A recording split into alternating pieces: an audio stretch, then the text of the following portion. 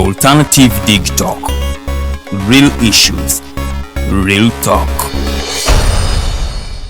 For more than 50 years, Uganda's political question remains unanswered due to political liars and their accomplices, and the Komanyoko politics as Norman writes. Upon reading Liars and Accomplices, Mukisha Muntu had this to say: Uganda's political leaders are motivated more by their self-aggrandizement than service to the people. There are those in power without strong institutional checks that will behave like animals in the jungle. In his foreword to the Komanyoko politics and sowing the mustard seed, retired Justice Professor Kanyehamba says, "I have had the privilege to read through Norman's manuscript. It is a frank and true exposition of the truth. Norman's courage couldn't be left unmentioned. As Honorable Betty Bikobere states, I am in full admiration of your courage and boldness." Copies of these books are readily available for your purchase in all bookstores. Do not miss the launch on 30th March 2022, Imperial Royal Hotel at 2 p.m. with retired Justice Professor Kanyehamba as guest of honor and Honorable Betty Bikobere as guest speaker, among others. For further information, please contact the numbers below.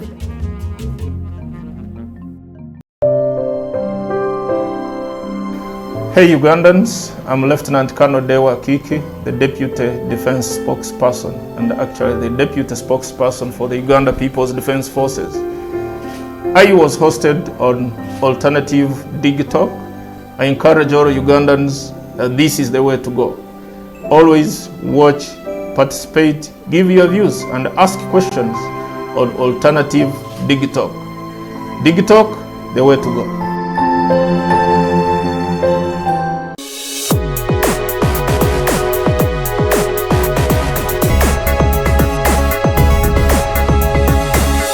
The alternative Digitalk. Real issues, real talk.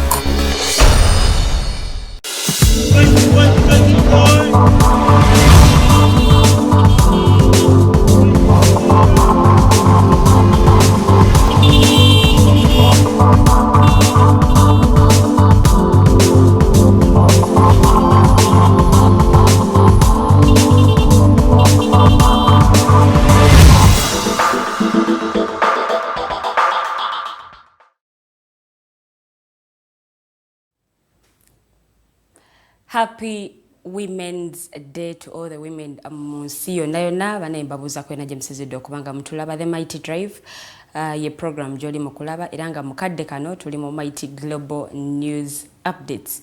Amawulire nno gano okugabatuusaako nze Omumbejja Luwedde Lilian, lunaku lw'abakyala era nga ndwagaliza buli mukyala yenna mu nsi yonna munnange olunaku luno olunaku lwaffe lwakujaguza. Ebintu bingi nnyo ebituuseewo, abakyala babadde mu kiyungu okumala ebbanga, naye ate bwe tuba nga tusobola okuba nga tuyimirira n'olaba abakyala mu byobufuzi, n'olaba abakyala mu nsonga ez'okutwala eggwanga mu maaso, olabira ddala nga ate tusenvudde ebigere bingi nnyo era nga luno olunaku ndwagaliza buli mukyala yenna. Abakyala ku Digitalk olunaku luno ndwagaliza nnyo mwe bali kubeera bakyala bakozi. Olunaku olwaleero ate tugenda kubanga twogera ku nsonga ez'enjawulo. Programu egenda kubanga etambulira nnyo ku lunaku luno olw'abakyala.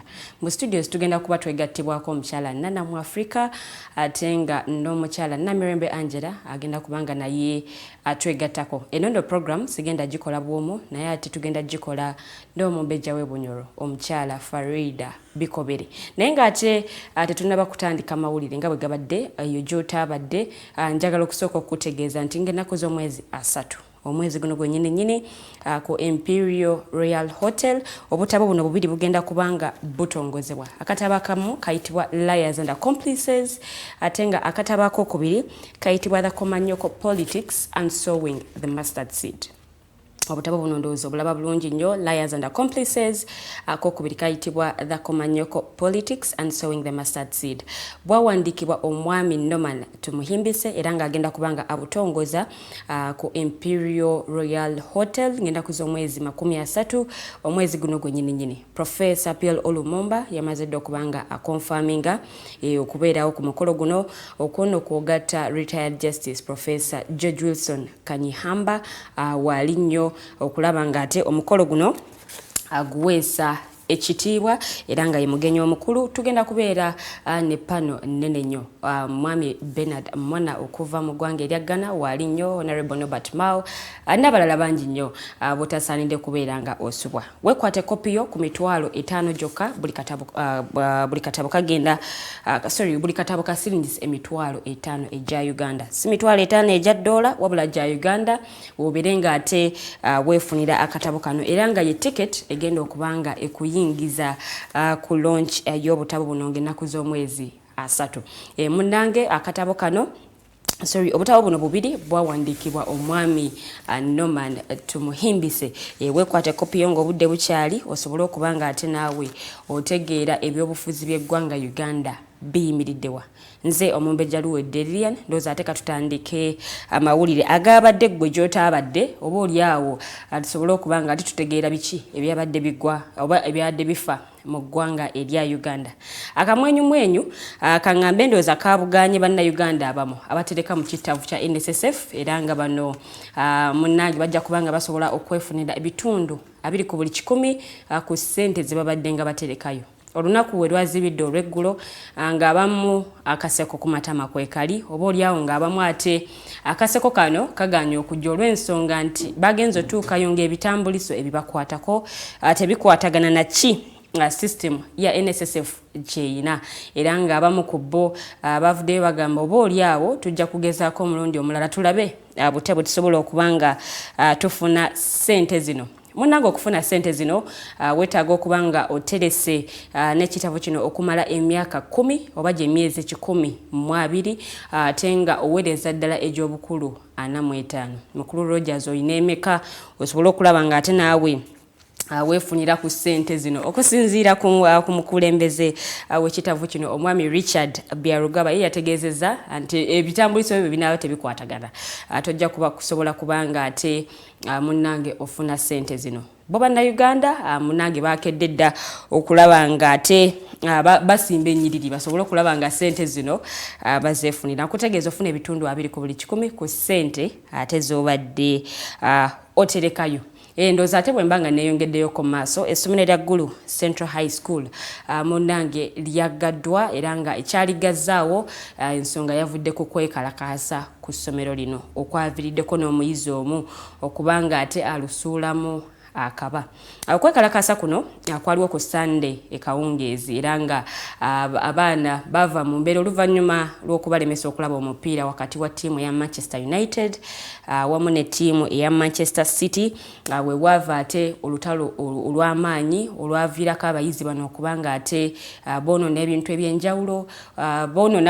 eby'enjawulo ku ssomero batandise okuyingira mu dormitories ez'abaana abawala era nga kigambibwa nti mu kugezaako okutereeza embeera abakulu abatwala essomero lino ate we baleetera poliisi era nga mu bapoliisi bano abajja mwalimu ne bannamagye mu kugezaako okutereeza embeera bakuba amasasi mu bbanga oba oliawo okugumbulula abayizi bano abaali batabuse era nga mu masasi gano amasasi agamu gakwata omuyizi omu owa senior 3 amanyiddwa nga Gabriel Rotami era nga ono munnanga amasasi gamusanga mu muti gye yali yeekwese okusinziira ku Deputy RCC nga bwe yategeeza omwami Francis Okero ngono amawulire amasasi gamusanga mu muti era nga eyo munnange gye gamusanga n'abanga ate obulamu bwe bugendera awo wennyini era nga kigambibwa nti abakulu bano bannamagye abakuba amasasi abaali 2 kusinziira ku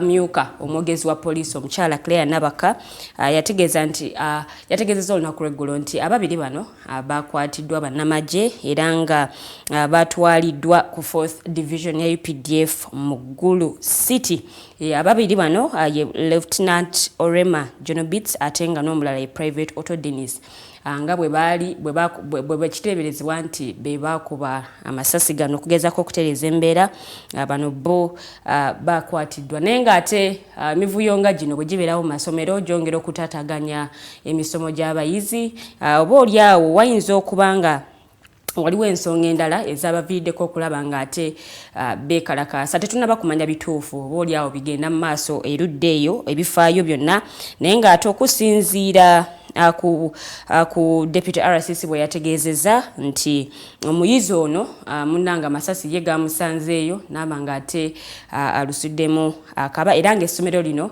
munnange lyaggaddwawo okumala ebbanga.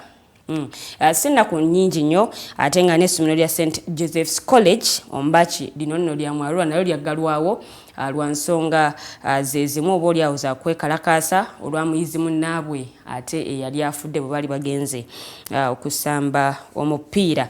Munnange bino byongera ate okweraliikiriza okulaba nga abayizi basobola okuva mu mbeera ne batabuka ne boonoona ebintu okusinziira waliwo bifaananyi oba olyawo bye twalabye ku mawulire ebyabadde bitawoomye nnakabululu kaŋŋambe bwe ntyo nti abayizi bano munnange ebintu bye bayonoona bingi nnyo, ebintu by'essomero amadirisa bagaasizza, boonoonye bino na biri munnange okulaga obutali mu mativu lwakubalemesa kulaba mupiira. Kale kyewuunyisa okuba nti abayizi basobola okukola ebintu ebifaananako bwe bityo, naye ng'ate ffe wano tuvumirira ebikolwa ng'ebyo, ebikolwa boolyawo kaŋŋambe kambitwale nga ebyokwekalakaasa tebivaamu oluusi kalungi kubanga omuyizi omu ate obulamu bwe bwo bwagendeddeawo. Olunaku lw'eggulo omwogezi wa poliisi omwami Fred Enanga ye yategeezezza nti bakutte abantu 13 bano nno bava mu kabinja ababbira ku bodaboda. Bubbi buno munnange bubadde buzzeemu ate nga ekibinja ky'abantu bangi nnyo oba ebibinja ebyenjawulo babadde nga babba abantu ku bodaboda, bajja ne bakusanga ne bakukwata ne bakusika ne bakuggyako ebintu byo ng'ate nno bwe bakuba.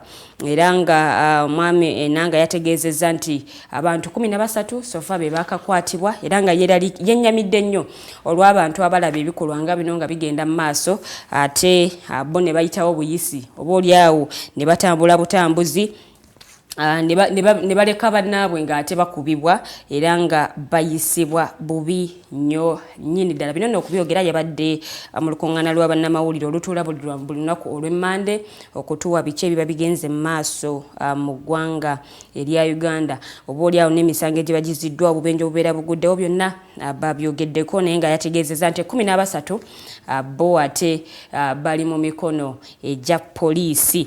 Bano nno waliwo akatambi akatambula ebbanga eriyise abo we baali balumbye omu ku bakulu okuva mu Ethiopian Embassy munnange ne bamuyisiza ddala bubi nnyo, bamuggyako ensawo ye ne bamukuba bubi nnyo era nga akatambi kano poliisi ekayina abantu bano bajjira ku bodaboda ne bamukuba bubi nnyo ate ne bamala ne bamunyagako n'ebintu bye. Amawulire nno gakyali mangi nnyo wenjogerera eddakiika tubala 21 sezakayita ku ssaawa emu ey'amakya g'olunaku luno olwaleero. Happy Women's Day. Sijja kukoowa kubanga ate olunaku luno ndwagaliza abakyala bonna mu nsi yonna. Kangende mu maaso ndowooza n'amawulire oba olyawo ensonga endala ya kanso Male Mabirizi. Ono nno olunaku lw'ejjo yalabiseeko mu kkooti. Mulamuzi wa grade 1 omukyala Sunula Namboozo yalabiseeko mu kkooti era nga yakyabwera ennemba n'emisango egy'okukozesa obubi ate mukulu ogwa social media offensive communication ate nga munnange omwami ono emisango gino akyasavinga kibonerezo kya myezi 18. Myezi gino 18 ekibonerezo kino kyamuweebwa omulamuzi Musa Sekaana. Munnange omwami ono bwe yakomezeddwawo mu kkooti yasabye batwala ekkomera ery'ekitaalya okumukkiriza okukozesa laptop oba okumuwa laptop wamu ne internet era nga yategeezezza nti ye si wa bulijjo si bano ate abaziba emisango aba bulijjo naye ng'ate ye wanjawulo mukko olw'ensonga nti ate yeyeewolereza ye suspect yeyeewolereza kwegamba akola emirimu mingi nnyo ate nga ye muntu y'omu yasavinga ekibonerezo kino. Naye omulamuzi yamulimandiza okutuuka ng'ennaku z'omwezi 15 omwezi guno gwennyini gwe tulimu ogwokusatu beebuuze ku kitali oba banaasobola okukola ki, banaasobola okumukkiriza okukozesa laptop n'okufuna internet ngate bwe yasabye. Agono ge gafeeyo ewa Kanso Male Mabirizi akyaliyo mu kkomera ekitalya akyagenda maaso n'okubanga asavinga ekibonerezo ekyamuweebwa. Bwe mbanga neeyongeddeyoko Uganda Katuna Border munange olunaku lw'ejjo yagguddwawo mu butongole eri abasaabaze. Kino nno kyali kinokolebwa ng'ennaku z'omwezi 31 omwezi ogwa Gatonnya oba ogwa January ekitaakolebwa naye nga olunaku olw'ejjo abasaabaze babadde basobola okuba nga bakozesa booda eno. Kusinziira ku mawulire ge nafunye olunaku lw'ejjo bwe lwazibidde nga bannansi ba Rwanda basatu be basaze okuba nga bayingira eggwanga lino erya Uganda. Naye ate bannayuganda ababadde bafuluma oba oli ogenda mu ggwanga erya Rwanda bo bemulugunyizaamuko olw'akasoobo akabadde mu nkola y'emirimu oba oli awo n'okuteeka mu nkola measures zino eza COVID-19 okukeberebwa n'okukakasa nti ate buli kimu kiri bulungi nnyo bannansi bano okusobola okulaba nga ate basala okuva mu ggwanga erya Uganda okudda mu ggwanga erya Rwanda. Nga oba weetaaga okuba nga okeberebwa. Abamu ku bo abadde tebalina bisale munange bya kubakebera okukebera okuva mu Uganda ng'ogenda Rwanda ebisale byadde ku mitwalo 10 so nga ate okuva e Rwanda okujja Uganda ebisale byadde ku 15 eza Rwanda so nga ate bw'oziza muzaawano tuba tubala emitwalo 2. Gwe munange ayagala okuba nga ate ogenda e Rwanda weetaaga okuba nga olina vaccination card weetaaga okuba nga olina ID yo oba passport okusobola okulaba nga ate osala ensala eno tutambula obutambuzi nolowooza nti ate bw'onaaba tolina bikwatako babitambuliso ojja kusobola okuba nga osala okudda obuuyi. Bulijjukira ensala eno ebadde enzigala okumala ebbanga eriwerera ddala emyaka 3 naye ng'ate munnange olunaku lw'eggulo ba passengers basobodde okubanga ate basala ensalo oba oliawo okuva mu ggwanga erya Rwanda okujja mu Uganda n'okuva mu Uganda okudda mu ggwanga erya Rwanda. Munnange ate ago ge mawulire agava erudde eyo. Eddakiika tubala 25 zizakayita ku ssaawa emu ey'amakya g'olunaku luno olwaleero. Amawulire ndowooza ago ogafunye bulungi nnyo gabadde gy'otaabadde ffe tusigala tuganoonya nokubanga ate tugakutuusaako tweyoma okubanga tubaweereza era nga nze Omumbejja Luwedde Lilian enkato olwaleero nze njituddemu ngenda kuba negatewako omukyala Farida Bikobere wamu n'abagenyi baffe omukyala Mwafrika okuno okwogatta omukyala Namirembe Angella. Bano bakyala b'amaanyi betwaliise abakyala enjasa biggu bwe twogera ku nsonga eziruma abakyala oba okulwanirira eddembe ly'abakyala tosobola kubanga ate obabuusa amaaso naye ng'ate okuvaako emitala w'amayanja mu Russia olutalo lukyagenda ddala mu maaso. Minisita wa Russia avunaanyizibwa ku nsonga ezebweru w'eggwanga ono nno agenda kubanga asisinkana ne bwe bakola omulimu gwe gumu kuva mu ggwanga erya Ukraine bano nno bagenda kubanga basisinkana mu ggwanga erya Turkey mu kibuga Antalya wiiki eno ku lunaku olwokuna. Eno n'ensisinkano egenda kuba yakusatu okulaba nga boogera ku nsonga z'okuzzaawo emirembe wakati w'amawanga gano gombi. Olutalo luno lunyinyitidde wadde ensisinkano eno yakubeera lyo eggwanga lya Russia munnange tekyabalobedde kubanga ate bakuba ebikompala mu ggwanga erya Ukraine. Okuva e Russia social media oba oliawo yaggaddwawo tokkirizibwa ku accessinga Twitter bano banjagala kukozesa Facebook temukkirizibwa ne bannamawulire bateekeddwako amateeka amakakali bwe kituuka ku kuwa emboozi ku lutalo luno mu ggwanga eryo lyennyini erya Russia. Amawulire amafu munnange gajja kubanga ate gakuzaalira munnange ebitukula gayinza okuzaalira ebyo ebikaawa ebiyinza ate kuleetera munnange okubanga TV station yo oba radio station oba gwe kennyini munnamawulire ate omulimu gwo awo wennyini we gukoma. Ndowooza amawulire ngenda sooka nga komyeko wano eno tugenda kubanga ate tutunuulira ensonga ez'enjawulo ku nsonga z'abakyala. Olunaku lw'abakyala nga bwe mbategeezeza olunaku luno lumaze ebbanga nga lukozibwa. Lumaze ebbanga nga lukozibwa mu nsi yonna era nga buli nga nnaku z'omwezi 8 March olunaku luno ate bwe lukozibwa era nga lwasooka okuzibwa mu mwaka gwali gwa 1994 11. Eyajja ne ID eno yali mukyala bamuyita Clara Zetkino nono yali munansi wa Germany. Naye nga mu kulwanirira ensonga z'abakyala omukyala ono yali ate w'amaanyi nnyo ebbanga oba emyaka egiyise gyonna olunaku luluzinga lukozebwa naye ate lwafuulibwa oba lwafuulibwa olunaku lwennyininyini mu butongole omwaka gwali 1974. Ekibiina ky'amawanga amagatte bwe kyagamba nti olunaku luno kalubeere bwe lutira kalukuzibwenga olunaku olw'abakyala. Abakyala bingi nnyo ebibaddewo mu kiyungu gye tubadde bingi nnyo ebituuseewo naye ate bw'olaba nga kati nga waliwo ebikyuseemu wadde waliwo ebikyagaanye bye tugenda okuba nga twogerako olaba nga ate ebikyuseemu bingi nnyo. So olunaku luno lunaku boolyawo lwa kujaguza kusinziira ku ebyo ebituuse ku bakyala. Amawulire ngenda kubanga ngakomya waneeno sisobodde kubanga mbawa ebyemizannyo mu abagazi b'ebyemizannyo. Producer ngamba nsooke mpumbewumbemukko katono nnyo naye ng'ate nkutegeeza weekwata akatabo kano The Komanyoko Politics and Sowing the Mustard Seed awamu n'akatabo ak'okubiri kayitibwa Liars and Accomplices bwawandiikibwa omwami Norman Tumuhimbise era ng'obutabo buno buli kamu ka $5.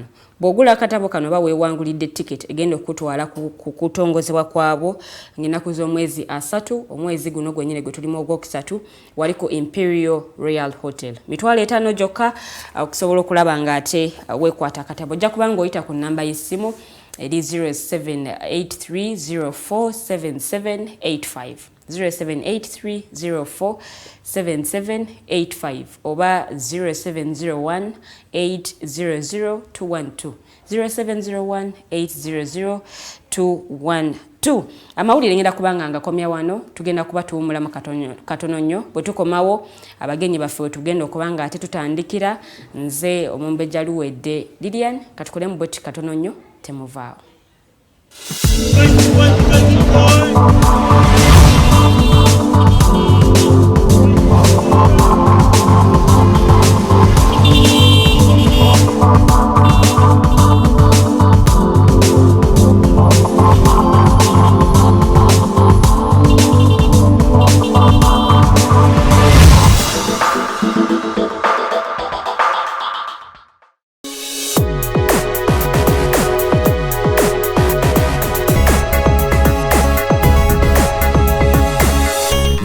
Alternative Digitalk.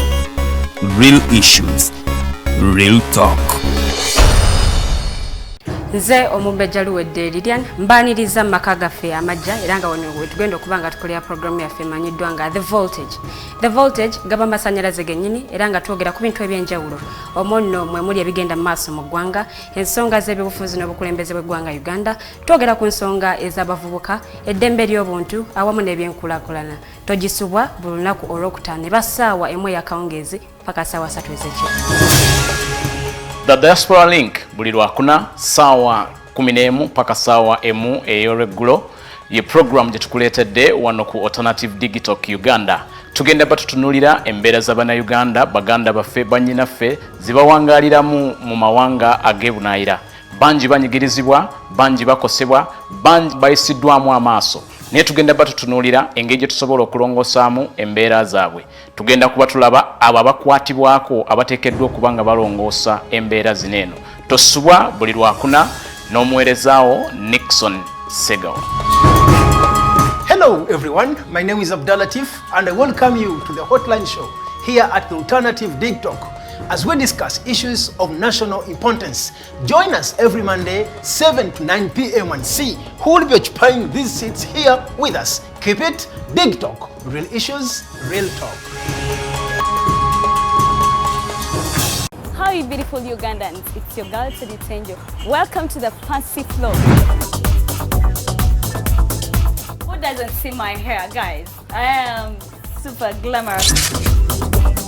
Remember, this is the only show where we're going to be talking about fashion. Please, where are you think? Teaching. What has been confusing you about fashion? Sorry, you said I should not smile. For all the information about fashion, maintenance of body shape. I can wear bling bling when I'm going out. So you can wear bling bling going out or any occasion. shall be doing all this in the fancy floor. Remember, it airs every Thursday right from 8:30 to 9 with your girl, Teddy Tenjo. It is the fancy floor. For more than 50 years, Uganda's political question remains unanswered due to political liars and their accomplices, and the Komanyoko politics as Norman writes. Upon reading Liars and Accomplices, Mukisha Muntu had this to say: Uganda's political leaders are motivated more by their self-aggrandizement than service to the people. There are those in power without strong institutional checks that will behave like animals in the jungle. In his foreword to the Komanyoko politics and sowing the mustard seed, retired Justice Professor Kanyehamba says, "I have had the privilege to read through Norman's manuscript. It is a frank and true exposition of the truth. Norman's courage couldn't be left unmentioned. As Honorable Betty Bikobere states, I am in full admiration of your courage and boldness." Copies of these books are readily available for your purchase in all bookstores. Do not miss the launch on 30th March 2022, Imperial Royal Hotel at 2 p.m. with retired Justice Professor Kanyehamba as guest of honor and Honorable Betty Bikobere as guest speaker, among others. For further information, please contact the numbers below. Buli muntu azalibwa n'eddembe lye ery'obwebange. Obadde okimanyi nti kikakatako okuuma eddembe lino. Eddembe lino likuggyibwako litya era ddi? Munnaffe toyitira. Bino n'ebirala birindirire mu programu yaffe Teeka Ki. N'abaweereza abo Nalukwago Emerin Katumba wamu ne Tumusiime Kato. Buli Lwakubiri ku ssaawa 5 ez'okumakya wano ku Alternative Digitalk.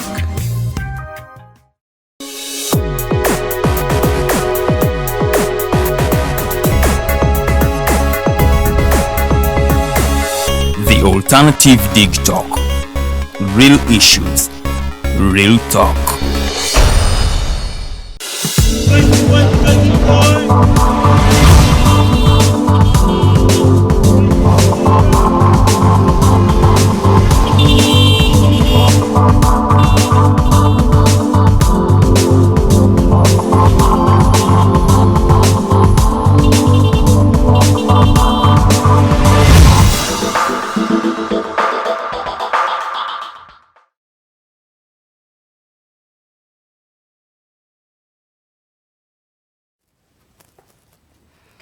Wewa olunaku lwakubiri, it is the 8th day of March, the year 2022. Happy Women's Day to all the women, but on this particular day, I want to celebrate the men that have made the working environments comfortable for the women at work, that have pushed the women to the positions they are in, especially in leadership.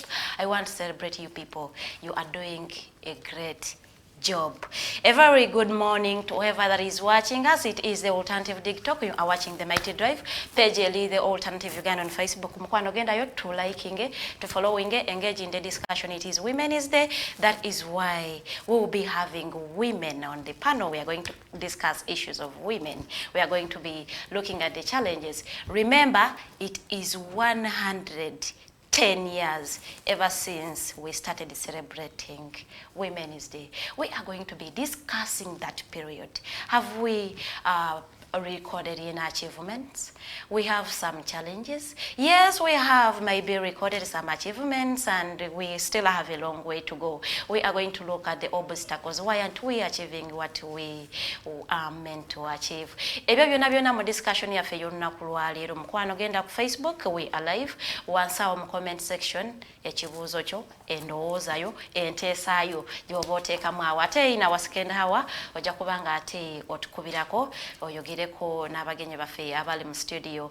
Ndine Angella Namirembe omukyalo okuva mu DP, though ta associating nnyo n'omukulembeze wa DP naye era ekibiina kye akyagala nnyo. Ate on my left I have Nana Mwafrika. Ani atamanyi Nana? A very strong woman. Activist, human rights activist. Akoze ebintu bingi nnyo. So betuli nabo mu studios, and on my extreme left, Lilian Luwedde Omumbejja w'Obuganda. Tulinawo omubwati wano ku Digitalk. Bonna nno tuli ku panel yemu tugenda kubanga twogera issues of women, abakyala. Waliko ensonga ezimu ng'olabira ddala abakyala batweziza mabega. Anyway, prices of commodities are really high currently. Omuti gwa sabbuuni gwa nusu kanaana kenda ewaffe we naguguze yesterday bagunguziza nusu kenda. So tujja kwebuuza abakyala baali frontinze n'ensonga oba because ebintu bino byakwatako nnyo singa abasajja. Why are women silent? Byonna nno tugenda kubyogerako gwe munnaffe nkukubiriza nti we are live Facebook page The Alternative Uganda. Ngenda ate kwa kuyita Omumbejja demu ababuuzeeko then abagenyi baffe nabo batubuuzeeko tutandikirawo mpola. Lilian, a very good morning. Good morning. You are looking smart in your yellow. Thank you. When I am bad, no ga kuyambala red. Kale kachenvu ko tujja tambulira. Omasem chaba tulaba mwebale nnyo kubanga kwembuli nnyo. Happy Women's Day eri abakyala mu nsi yonna olunaku luno. Lunaku kandutwale nti lwanjawulo nnyo. Bambi bagala nnyo gante ennaku esigadde zaffe mwine ennaku ntono nnyo mu mwaka naye kale na luno olumu katulusanyu katulujaguze boli awo tutunulire wawe tuvudde wawe tuli kati na wawe twetaaga okubeera nga abakyala mu studios bakwanjulidde abakulu abagenyi betulina olunaku olwaleero omukyala Namirembe Angella mukyala muvubuka naye ate ensonga eziruma abantu beziruma eggwanga azoogerako busimbalala nga teyeesiseemu yadde bwe kituuka ku nsonga z'abakyala ob'omwana omuwala awo nno ate bw'ensonga bw'aba azoogera n'amaanyi awamu n'omukyala Nana Mwafrika okituuka ku kulwanirira eddembe ly'abakyala omukyala ono ate ayimirira oba oli awo n'abeera eddoboozi eryo lyennyini erirwanirira bakyala banne ndowooza tubalina mu studios olwaleero tugenda kubanga tutambulira ku nsonga ez'enjawulo eziruma abakyala n'ebigenda mu maaso mu ggwanga erya Uganda tugenda kubanga ate tubyogerako alina ekibuuzo agenda butereevu ku Facebook page yaffe mu comment section kiteekeyo tujja kubanga ate tubisoma naye kasooke tubaanirize batulamuseeko tutandike ne mukyala Nana. Good morning. Good morning. Happy Women's Day. The response is a bit tricky this time because there is very little that's happy about it. So, what tradition to go bachiddamu kikuddemu Happy Women's Day. There isn't much to celebrate. Akalombolombo. Akalombolombo akatandikibwa era mu myaka nga bwe mujogedde ne United Nations yetandika okulukuza around 1975, 75. So yes, Happy Women's Day, but there is very little to be happy about ng'abakyala. Naye tusenvuddeko oba oli awo. Bikoleddwa. Kituufu. Weewaawo. Mukyala Namirembe Angella naye katulamuseeko. Good morning. Happy Women's Day. Good morning. Bangi bawandiika ku Women's Day. Naye nze saagala tubiwandiiseeko tukuli. Ndaba nga bwe bagamba Women's Day abamu batutwala okuba nti tuli vulnerable ti byabakyala abakyala kino ne kino n'emirimu gye bawa abakyala. So saagala byogerako saagala biwandiikako byantama nze ndimu olusajjasajja olunaku luno tolukuze. Kulwaki tolukuza? Nedda njagala kukkiriza nti omusajja kyasobola okukola nsobola okikola ng'oggyeko biri nti simanya byomulowooza eby'omwami n'omukyala but bino byokwesimbawo naddala kati mu ggwanga nga lino ojja kutunulira nti we are celebrating women politicians, we are celebrating bano abakazi simanya balina offices enene ebintu bwe bityo nzikiriza nti omusajja kyasobola okukola nange nsobola okukola ki okikola saagala kunteeka wansi. So to you Women's Day is not important at all? We are not celebrating anything. It is not important. It should be even celebrated. Actually, it should get off the calendar. I want to be celebrated naye nga nkoze ebyenjawulo. But there are women abakoze ebyenjawulo, Angela. Of course, jebali. So shouldn't we celebrate these women? Of course, they have to be celebrated. But why on such a day? We have to celebrate them every day. We needed a special day. Nga bono lanti sande zibaawo ne tuba ne sekukulu ne tuba ne yidi. However much. Anyway,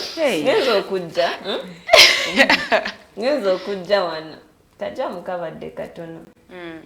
Nenzijukiramu ebiseera ebyo nga tukyasoma. Ebiseera ebyo olunaku olwaleero bangi we twatuukanga ku ssomero nga batugamba muze ku lunaku lukyamu muddeeyo eka. Public holiday. Muddeeyo eka. Naye ng'ate olunaku olw'ejjo waliwo tiki yabawaddewo akanga muyitirivu n'osula mu kitabo ng'okola ki omuddamu. Kati olunaku olwaleero abalala abaana bagenze ku masomero ojja kwesanga nti n'omusomesa agenda kugenda abawe buwi waaka atambula abagambe nti mumanyi ku ssaawa 6 muddeeyo waka. Ebintu bino lwaki tebatusomesa ki kye tulina okucelebratinga? Lwaki tebatusomesa? I think we studied these things. Let me get to Nana Mwafrika. What do you understand by Women's Day? What does Women's Day mean to you? Women's Day no mpozi yateekebwawo kuba nti kankyogere mu lulimi olufuutifuuti edde okuvaayo okurecognizinga achievements z'abakyala socially, economically, politically n'ebirala ng'ebyo mpozi n'okuraising awareness ku ate ebibabeerako like violence against them oba ebibabeerako ebitasanyusa. So bwe luba nti lutandika kujaguzibwa bwe rutyo n'ebibiina ebinene nga UN ne bikyenyigiramu mu G7 nti tuvaayo buli mwaka ne wabaawo theme era kati waliwo theme simanyi eryetya gender equality today. Break the bias of course and it's in line with okwongera amaanyi mu gender equality n'okulaba nti inequality emalibwawo. Kakati bwe kiba kitugamba nti it is to come out and celebrate or recognize achievements z'abakyala socially, politically. Lwaki bwe tuba tetulabye nsonga lwaki tujaguza, lwaki tweyongera nga twenyigira mu kintu era nga bwagambye ekiri seeming tiringa ekitatukwatako. Baana bangi bagenze okusoma, nze bendabira mu nyumba yange bonna bagenze kusomera. So ngeddako babagamba nga mubeereka it's a public holiday.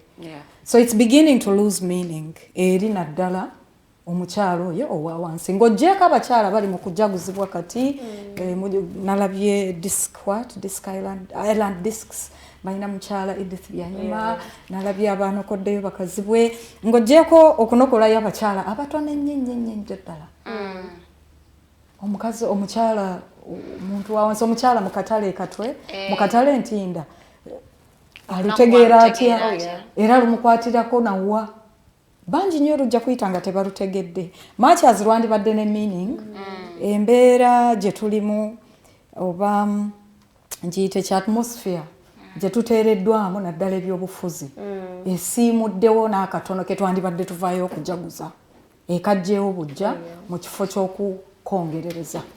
Iye naye omuntu yalegambye nti tulabye abakyala nga taking up positions enene mu government.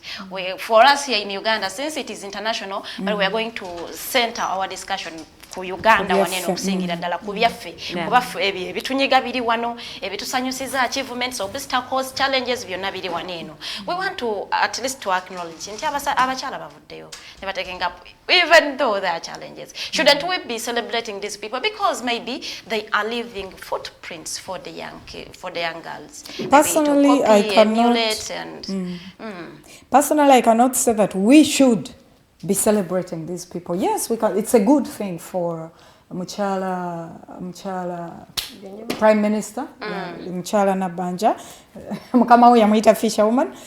Chikulu nnyo nti avuddeyo naye botunulira like ebyobufuzi bya Africa. Yes. Abakyala in fact abo betulabanga abetutuma abavuddeyo. Many of them are instead being used against other women.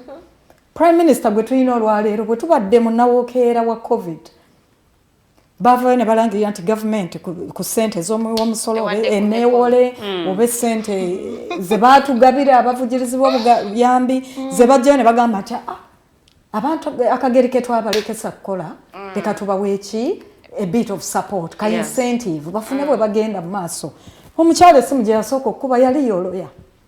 so nga Uganda erimu abakyala ba single mother, Uganda erimu abakyala abakadde, Uganda kakati bongamba nti abakyala bavudde basosowaziddwa to actually oppress women further.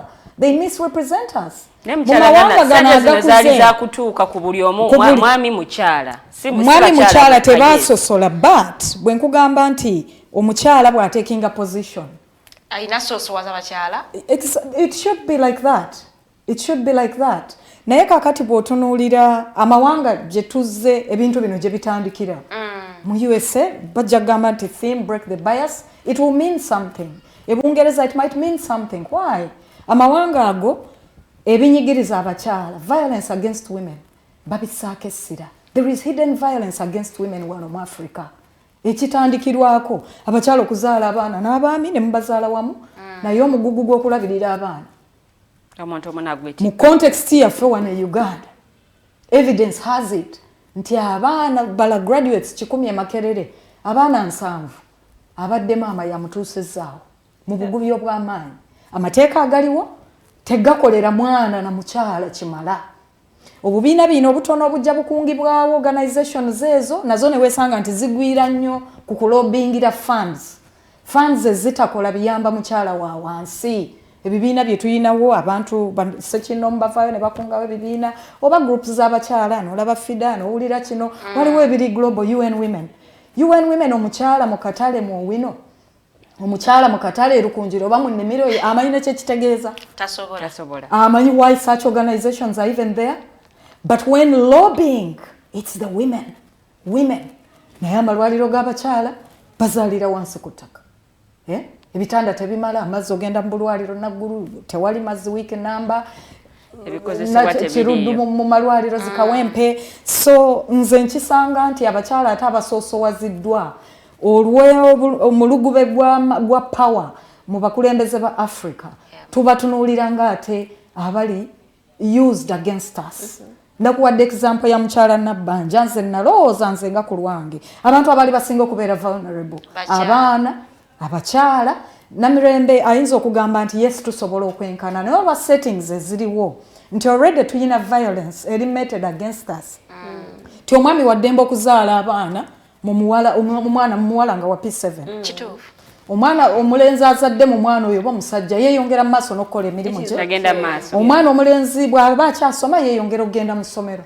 Naye kati wakiraba nti we buyise bwe basuggestinga nti abaana baali bafunye embuto mu kasirise ka COVID badde ku masomero, abantu abasooka okiwakanya mwalimu ba bishop.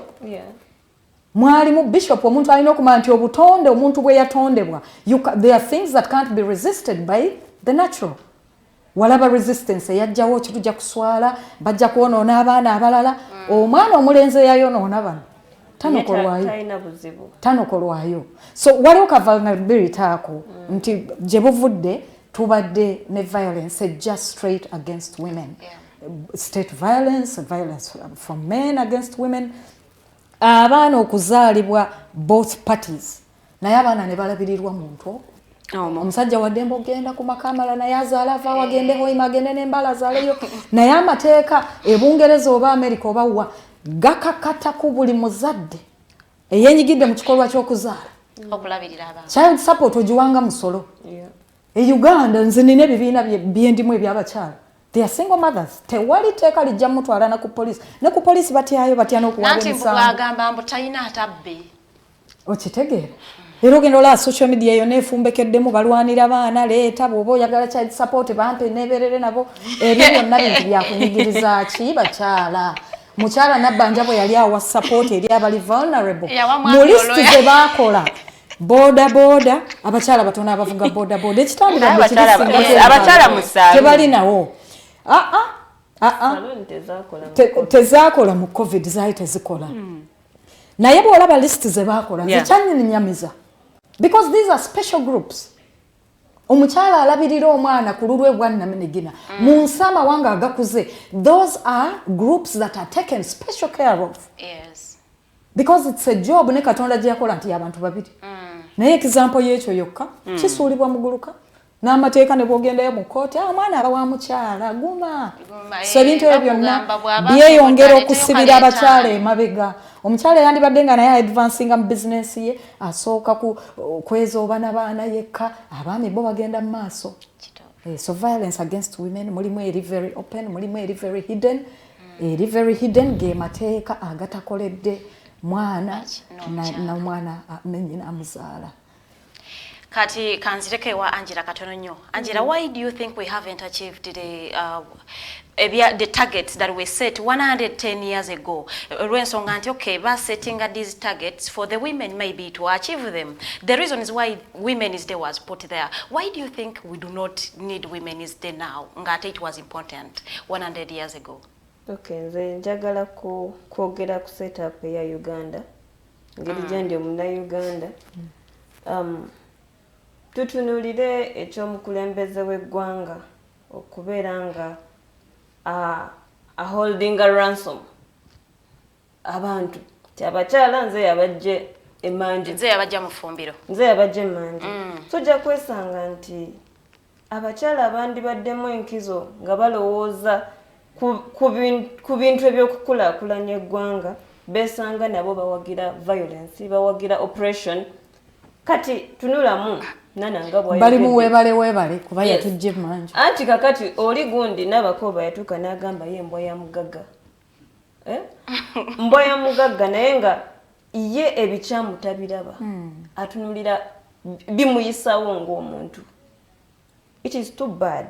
Kakati bwe tubeera n'ebintu bwe bityo tuba tukuza lunaku lw'abakyala nti abo be bakyala abakoze ebintu abakyala be babasuubiramu kuba bandibadde bakola ebintu ebirabwako nga buli mukyala asobola okubenyumirizamu nti oyo mukyala mukulembeze w'abakyala era ankiikiridde bulungi. But it's not the case.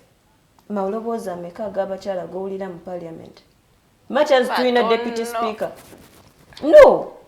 But singa bagamba nti buli term oba buli kisanja tuyina ebintu ebiri special abakyala bye bagenda okukola nga specifically babikoledde bakyala and because they take us to be vulnerable. Yes.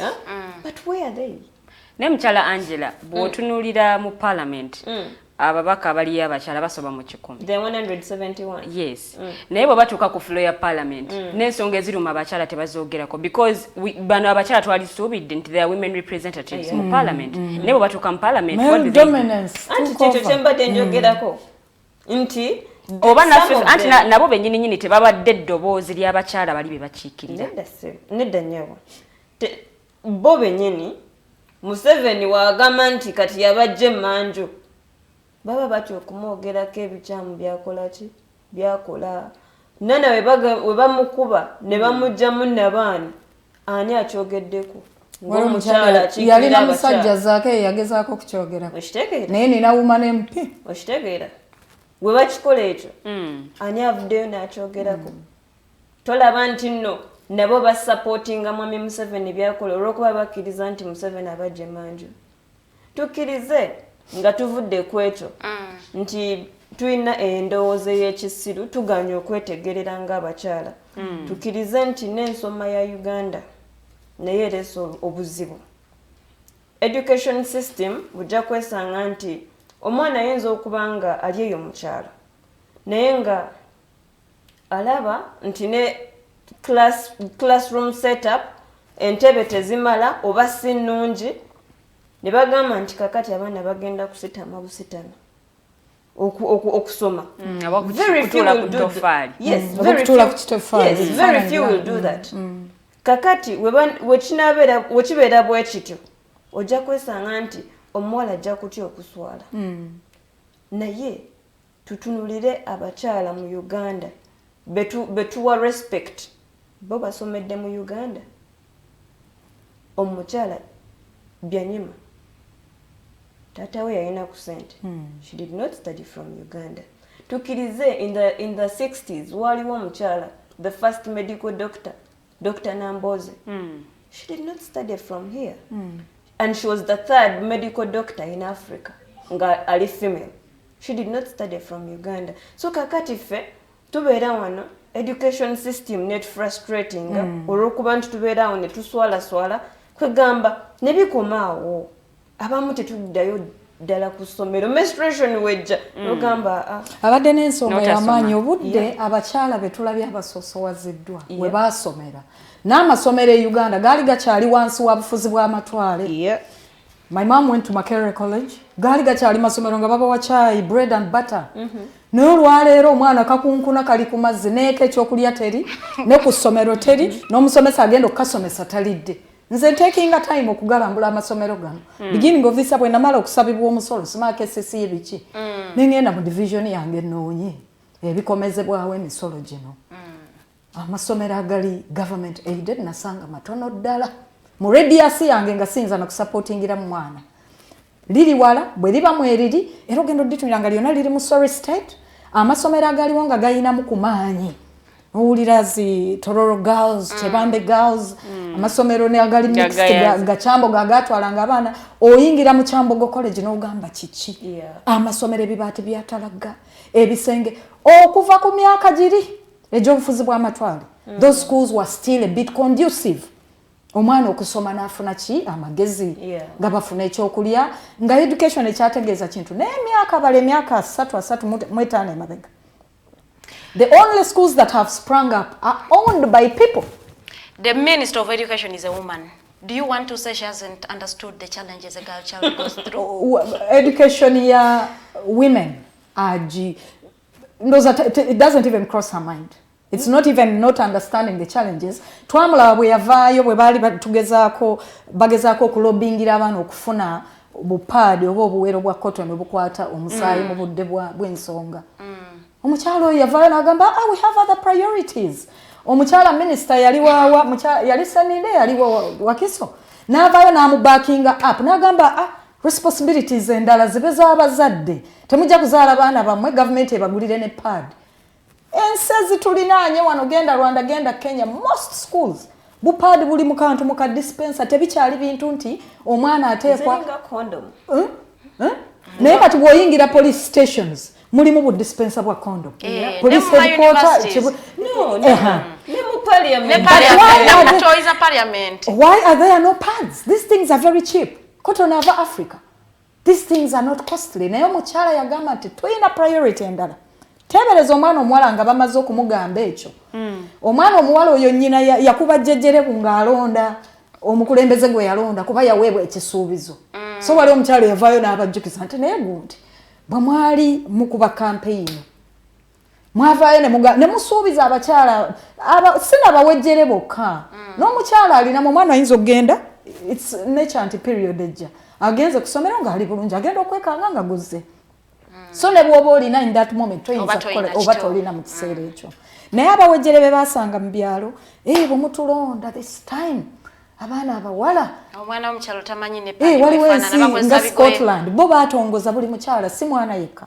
Buli mukyala wali everywhere waliwo akantu akayinza okweyambisibwa ng'ensonga eyezze. Wano the words that were used were it's not a priority. No. Ekyo kintu kimenya omuwala. That means abakulembeze abakyala be batuyeeyo. They are against us. Omukyala w'omukulembeze gwanga first lady bwe yayogera ekyo.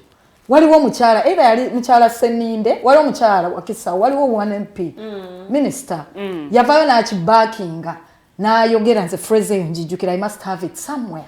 That means abakyala betulonda yes. Nti emirimu egimu gisigale nga gy'abazadde. Can you imagine? That means nti abakyala abatonotono be bayise ba fisher women they are just there to further oppress or further violence against women. When njagala okupickinga opinion ya Angela, do we still need affirmative action for women really? Affirmative action?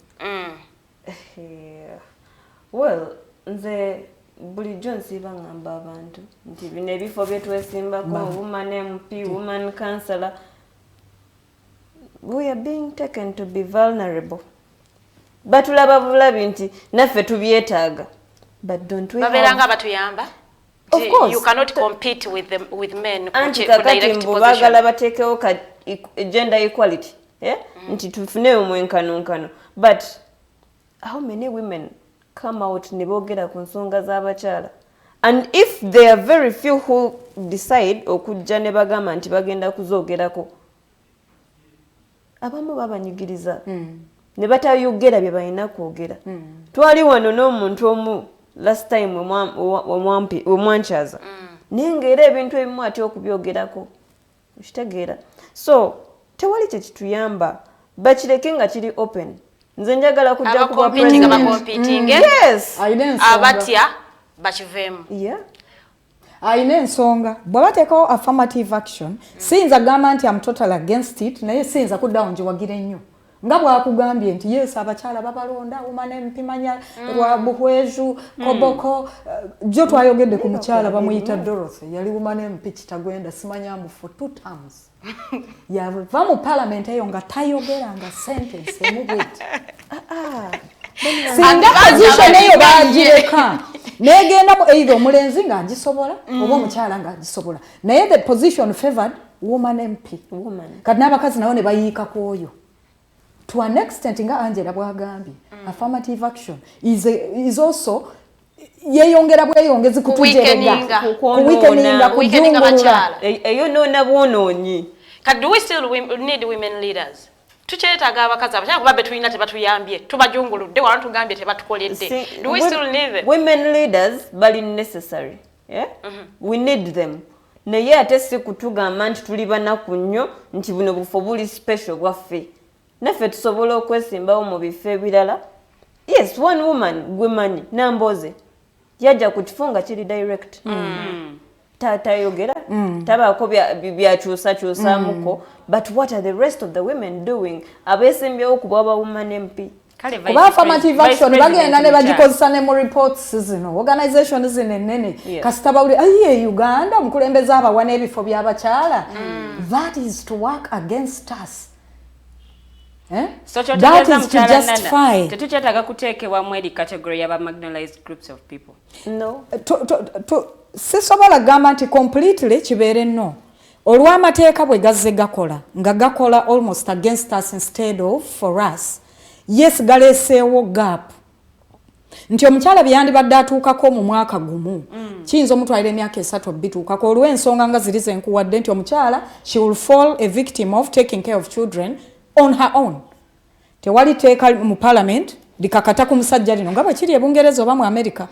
Nti omwana wadde mwawukanye ozadde omwana ne mwami John. Wadde mwawukanye ojja kuteekwa okuleeta amata g'omwana oyo bino ojja kuteekwa obireeta. Gulinga musolo. You will go to jail e Bungereza nawa. It's a big case. Ne bw'ovaayo n'odda mu Africa n'oddayo nga wayise emyaka. You pay child support or go in. Nti omukyala ekyandimutwalidde omwaka ekitwalira omusajja omwaka okituukako omukyala kiyinza omutwalira emyaka 2 oba 3 because ayina ebirala ebikaka ebyalina okukola. Relationship y'abakyala with family naturally eri ngambe ntya nti tuyina n'amaanyi agasinga ku bantu bano okukola ebintu ebimu okukuumira wamu family, naye ate bwe bakitwala nti ffe tulina obikola ne babyesonyiira ddala. Gundi ekibuuzo kyammwe kye mwabuuzizza kyenna tegeddeko it was that can women compete in the world favorably? It's very, very hard. Abakyala industrialization in Uganda or Africa, it's still like on 0%. Omukazi alina kukeera kuweta mugongo koza ngoye omukyala ali ewalala ajja kuba engoye ze mu kyuma ddakiika 2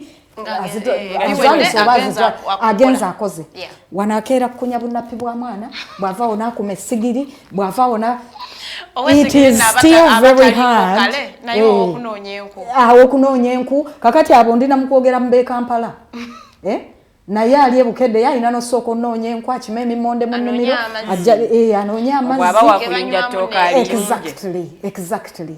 So ebikyatusibidde emabega okukompitinga fairly mu nsi kikyali kikalubo abakyala naye nga tubisobola nga Angela bwagambye nti singa bikolebwa to favor everybody not just bakyala. Nti amalwaliro gye tuzaalira gye tukolera emirimu abasajja ate gye batakola gabeere nti togenda kuzaalirayo nga chances are 80% nti ojja kufiirayo.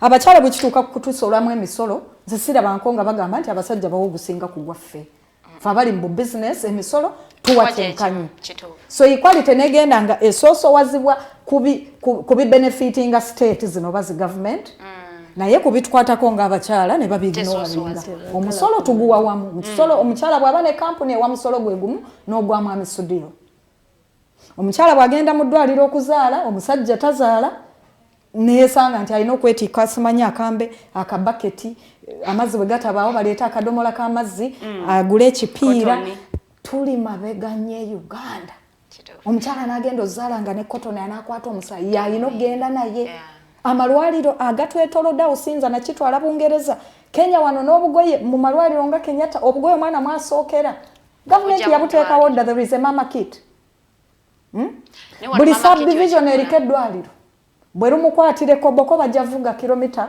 5 okutuuka awali naasa alina glove oba alina ettaala ekiro so can women compete Minister wa health mukyala tugambe nti talina ddoboozi lisobola kwogera ku bintu bino ebiruma abakyala eddoboozi yandibadde nalyo singa wiiro agiina naye nga Angela bwe yagambye she lacks the will kubanga ye waali abeera bulungi first of all bw'anaatukozaala ajja kgenda Germany jajja okuzaalira mukyala Nabbanja bw'anaafuna fatigue mukyala Kadaga bamutwalako bamuflyinga twagakan and the problem was fatigue naye omukyala ali mu biso okuzaala they are bleeding or they are having an abortion oba police enkubidde wali nvaamu nabaana bankasukawa nagulu oba mulago so kakati women abasoosowaziddwa are they working for other women or against women?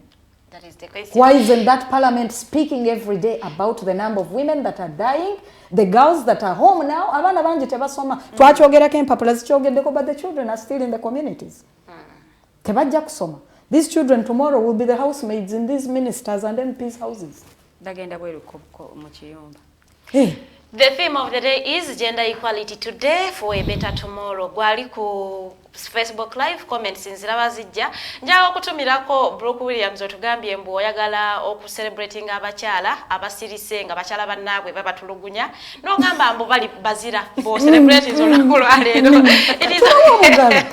naye nga tugendako mu ka short break tugenda kwanga ate tukomawo with your comments ate tujja receiving ako 1 2 3 calls from you tufune ate views zamwe. I still have Nana Mwafrika, Namirembe Angella and Lilian Luwedde. We are going for a short break. We're coming back.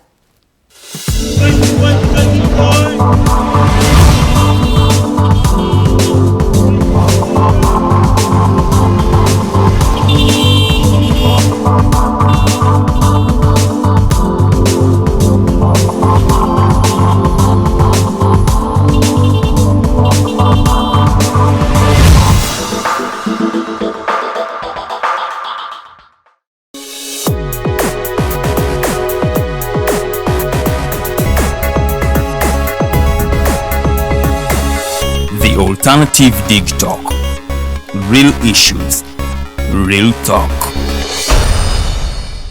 For more than 50 years, Uganda's political question remains unanswered due to political liars and their accomplices, and the Komanyoko politics as Norman writes. Upon reading Liars and Accomplices, Mukisha Muntu had this to say: Uganda's political leaders are motivated more by their self-aggrandizement than service to the people. There are those in power without strong institutional checks that will behave like animals in the jungle. In his foreword to the Komanyoko politics and sowing the mustard seed, retired Justice Professor Kanye Hamba says, "I have had the privilege to read through Norman's manuscript. It is a frank and true exposition of the truth. Norman's courage couldn't be left unmentioned. As Honorable Betty Bigobere states, I am in full admiration of your courage and boldness." Copies of these books are readily available for your purchase in all bookstores. Do not miss the launch on 30th March 2022, Imperial Royal Hotel at 2 p.m. with retired Justice Professor Kanye Hamba as guest of honor and Honorable Betty Bigombe as guest speaker,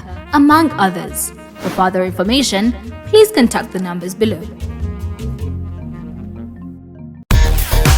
This weekend, omusajja bamuyitanga Buruchaga oba yafa nuza yafa twamuwona yali anzisi nakuba nga guwedde nakuba jamani golubechwa bana bali mu rumu tebalinda ne bankwata bankanyuga ebweru from my room nga ndi kumwaliro gwa kusatu mu CCE room number 99.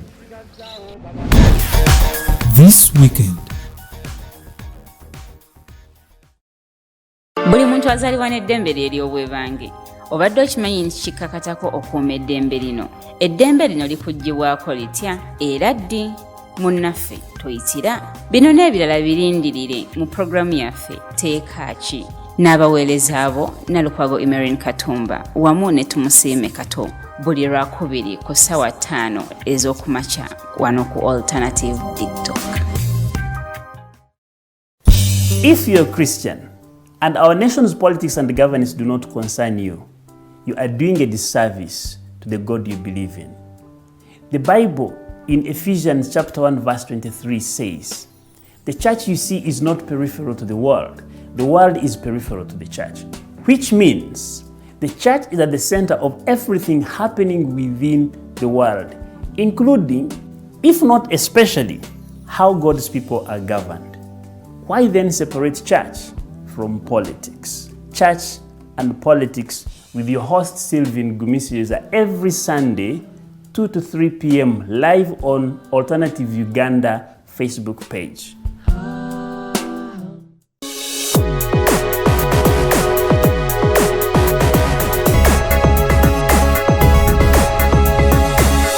The Alternative Digitalk.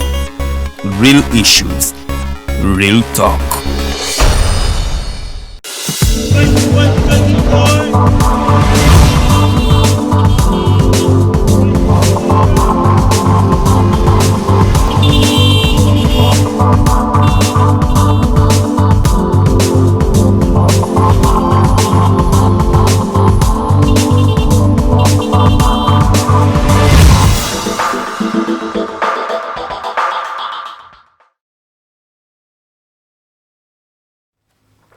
Ziri 14 zokka zezakayita ku ssaawa 2 ez'amakya g'olunaku olwaleero. The Mighty Drive ye program gy'oli mu kulaba.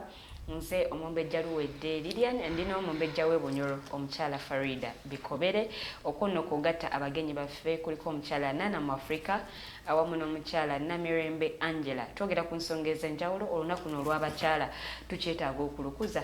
Emyaka giri olunaku luno lwabanga lunaku lw'amaanyi, lwabanga lunaku obaolyawo olw'enkizo, naye ate kati lugenza luggwamu value oba lugenda luzinga meaning. Ntujja kwesanga nti n'abakyala bennyini ku lunaku luno akera kumakya n'agamba waayi kangere nkola akasente zino ennaku zaabo abakolamu oba abate abasoma ennyo. Tuli mu ssaawa yaffe ey'okubiri, osobola okuba nga otukubirako mu studios butereevu n'obuuza ekibuuzo ate abagenyi ne babeera nga bakuddamu. Ojja kuyita ku namba y'essimu eri 0789017145 oba 0759132310. Twogerezeganye ku nsonga ez'enjawulo. Nkutte obutabo bubiri, kuno nno kuliko Liars and Accomplices ate nga akokubiri kayitibwa The Komanyoko Politics and Sowing the Mustard Seed. Bwawandiikibwa mwami Norman Tumuhimbise nga buli katabo ka mitwalo 5 gyokka. Bw'ofunda nno akatabo kano ojja kuba weewangulidde ticket ekutwala ku kutongozebwa kwabo ng'ennaku z'omwezi 3 ku Imperial Royal Hotel. Professor Pel Ulumumba waali nnyo ku lunaku luno awamu ne retired Justice Professor George Wilson Kanyihamba ku lunaku luno ye mugenyi omukulu. Weekwate kopi yo ku mitwalo 5 gyokka osome omanye ebirimu oba n'ebyobufuzi bya Uganda biki ebigenda mu maaso bikwatagana ku ki, titles zino omanye zaavaawa lwaki obutabo buno bwaweebwa amannya gano. Munnange ojja kubanga oyita ku namba z'essimu 0783047785 oba 0701800212 osobola okuba nga ate naawe weekwata kopi yo ng'obudde bukyali. N'enjala ntandike ne mukyala Angella. Twali tutunuulira cabinet erimu abakyala bangi nnyo, vice president mukyala, prime minister mukyala. Twalisuubidde nti oba oli abakyala waakiri basoosowaziddwamu n'ababaka ba parliament. Tulina abakyala abali ku direct seats oba oli awo ne ba woman MPs. Tulaba nti abakyala waakiri balinyisiddwako. Twetaaga okwapreciatinga achievement eno oba okucelebrating achievement eno. What is there to celebrate? Abakyala bafunye ebifo nebikola bitya? Nebitukolera ki? Tuli mu Uganda nga we nabagambye ku education system nti omwana ebya paadi nana bye tubadde twogerako nti ye omukyala namba emu w'eggwanga lino wawulira nti waliwo ka organization akakola pads ezo kakola supply at some point somewhere bajja kuba frustrating. I am a victim nina kyenayitamu naye ng'owulira venue nti ayina holo temujja gikozesa mugenda kukozesa eri because you want to create awareness naye ng'ate balaba olinga ayina gwakola ki gwalwanyisa ebintu ebyo tugamba nti we have to celebrate milestone gye tutuuseeko ng'abakyala. Tosobola kuŋŋamba nti essaawa ya leero mu political space oba mu political parties waliyo kye bayita sexism, sexual harassment naye nga byonna bigenda mu maaso ne tusirika busirisi. Ojja kwesanga nti ku social media wabeerayo ebigambo nga beauty with brains, that is sexism. Olira nti abaana abamu bajja kulowooza abamu abaagala okuyingira ebyobufuzi bajja kulowooza nti kakati beauty contest eri ne mu byobufuzi nti ojja kwetaaga okubeera beautiful okugenda mu ki kyokka nedda osobola oba n'obwongo naye oba tuli mulungi bikulema. Omuntu yenna alaba commenti ng'eyo naye ng'ate tewali mateeka. Abakyala bo tebalina ngeri gye bakyogeddeko. Tewali mateeka gagamba nti kakati kino bwe kibeerawo bwe kiti ne bwe kiti oyo aba alina okukangavvulwa. Okitegeera? So kati tulina ebintu ng'ebyo, tulina patriarchy egenda mu maaso, tulina sexism, tulina racism nti olw'okubona omukyala ateekaddwa kukola ekyo n'ekyo n'ekyo. Okitegeera? Abakyala bwe tuvaayo okwogera mu political space abasajja batuyisa bubi, batuyisiza ddala bubi, tebaagala kubasinga, batuuka ne bagamba nti kano ke kaani akazze kaagala tusinga maanyi ffe abasajja ffe bannannyini kyo byobulira bye bayita enkokola. Obulira nga mugamba nti we have to celebrate women. What have the women abali mu political parties oba mu political space abalina ku bifo, what have they done? As they far have as the voice, tetulina okwebuuza, have they used their voices? Kakati kuba tulina women league anti munange byebyo gavumenti byetaddewo ye milestone gye tulina okukola ki bye mugamba bye tulina okucelebrating bakozeewo ki ojja kuwulira mu FDC mu ebiri mu DP mu ebiri mu NUP mu ebiri. What is the solution? Does that still have to continue happening? The solution is you women speaking for your own self, taking your ground. That is why I'm here. Because that is an achievement, and then we need to celebrate. And not under Museveni's government. Because it has taken how long? 35, 30, actually they are beyond 35 years. Twalina mama Miria Kalulu Bote. Teyali government ya Museveni.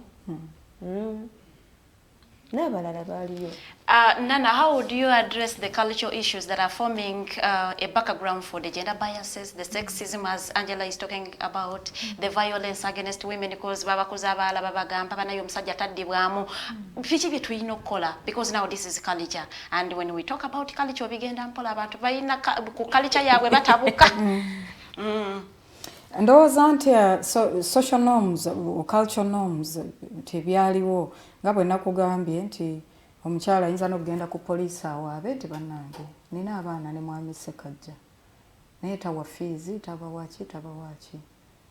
I have heard from women being encouraging them to go to police child protection genda mu FIDA nakugamba eyo nze sisobola ogenda bajja kukusekerera kuwuliriza mboozi yo nakusekerera olunna ate n'abaseka ayinza n'okubanga mukyala ababagamba nedda omwana wa mukyala gwe tokimanyi omwana aba wa mukazi yafuuka ddi ow'omukyala nga sifa abatuuma amanyi omwana aba wa mukazi nga kye bategeeza mundabirira okuttaka bano okunoonya kyanaalya okulaba yalwadde yagenze ku ddwaliro okumuwe wa mukyala it becomes wa mukyala ku graduation wabeerera w'omwami ku mbaga mwami gundi ayita gundi they associate with success. They want to associate with success. So ffe ng'abakyala ffennyini tulwane bwezezengirira okulaba nti n'omuzizi ne zitakyatukolera basebbeyi be basaka okusala abakyala nze sijja describing as a feminist. Nkyegana nnyo ekyo ekintu.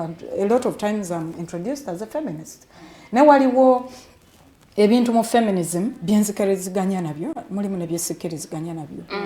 Feminism oluusi ayinza okujjayo okulaga nti abakazi just tuvuddeyo butaba na mpisa kuwaganyala kuvuma basajja mwe bakitwala. Nze ebyo bindeetera okwegaana feminism. Feminism, depending on who is talking about it and who is representing it, I'm a feminist, I'm not a feminist. I'm a feminist if feminism is meaning abakyala okuba nti nabo bakola ki omukisa gwabwe okwenyigira mu management ya society gubeerawo in a fair manner. I become a non-feminist bw'oleeta we just have to fight men. No. Oba oli awo bafeminist ekifaananyi kye balaga. Ekifaananyi kye balaga because feminism nakugambye dda ebigambo bino genda ng'obikasuka kikasuke mu katale and let women talk about it. Feminism bajja kulowooza be bano abakyala abeera mu mmotoka ennene abagenda mu meeting ya UN Women they have no clue and they get misrepresented in these words. They are very big organizations that come out to talk about women violence eyo katinga okukomola abakyala bintu bikyamu nnyo. Naye nolaba nti communities zikyabisaako nnyo essira. Naye mukyala Nana, organizations nnyingi nnyo ezivuddeyo okulwanirira abakyala oba okubeera eddoboozi ly'abakyala. Naye ate tulaba nga tebatuuse ku ground wennyini. Organizations zibaamu abakyala 5. ED executive gundi abo ne balya ssente. Njogera sikiruma mukatole ne mu kamera. Ekyo nange nkimanyi. Abo batwalidde dda, that's what we call them. Feminist, human rights defender gundi. Their major role has been to put on a show and fatten their cheeks and hips and show up at every meeting in Geneva and everywhere. Buuza omukyala oyo abakazi kye baliko n'ekiruddu tamanyiyo, tamanyi likubo ligenda kawempe. Naye ng'abakyalakyala abato Namirembe muwala muto akugambye nti adda ne waticha we n'alaba ekigenda mu maaso.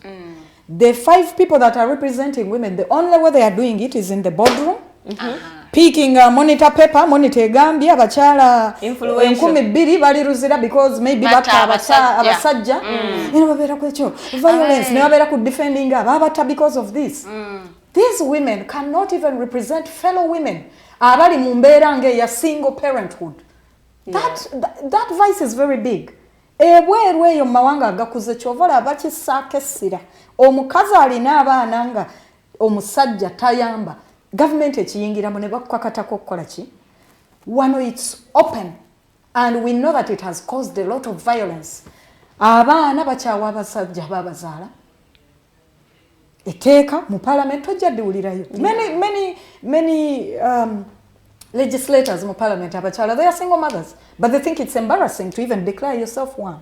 So how can they come up to put across sonze theme yange bwe nandibadde nzenga nananga omuntu ne bakyala bemmanyi theme yange bwe njirelatinga n'eyammwe today abakyala bano abali mu kwewaana nti babakoledde organization sizze kuvoola organization zirina kye zikolawo ne organizations nga FIDA it's more about putting on the face. Abakyala balina okufuna obwenkanya. Abakyala balina okufuna obwenkanya. They do not know obutali bwenkanya mu bakyala butandikira wa?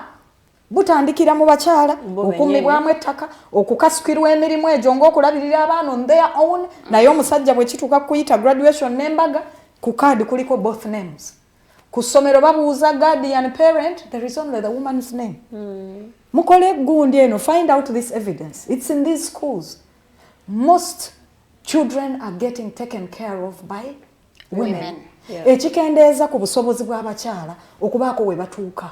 Mukazi yandibadde agenda mu kalulu naye yenyigiremu runningenga MP n'awatali kugamba nti bamuwadde kana akafa akagamba nti posti y'abakyala yeesanga akyayoza nappi omusajja waatali asula mu ddwaliro omusajja waatali yannyonnyola baasa why the school fees is not anti abasajja abamu bagamba mbu abakyala bagamba omwami kyasobola okukola nange nsobola okukikola nsobola olabirira amaka n'ekyo tekirina ate kujjawo omwami kyakakatibwako okukola buvunaanyizibwa bwe ng'omusajja nti olunaku lwe yakeera n'asalawo nti nze taata w'omwana ekyo kyekifuula nenge kyetugambye kyebatwalamu ebintu okuba ne tugamba nti bwe tusaba omwenkanonkano the man wants to say anti twenkanankana what school fees nanti kyemusaba Angella kyeyagambye let omwenkanonkano mean nti yes tubisobola obikola ffenna tusigale nga tubikola nakuleetedde ekyokugamba nti abakyala bawakingiddwa against by the ones that should kusosowaza ensonga yatto kyekutta akati mu Uganda for example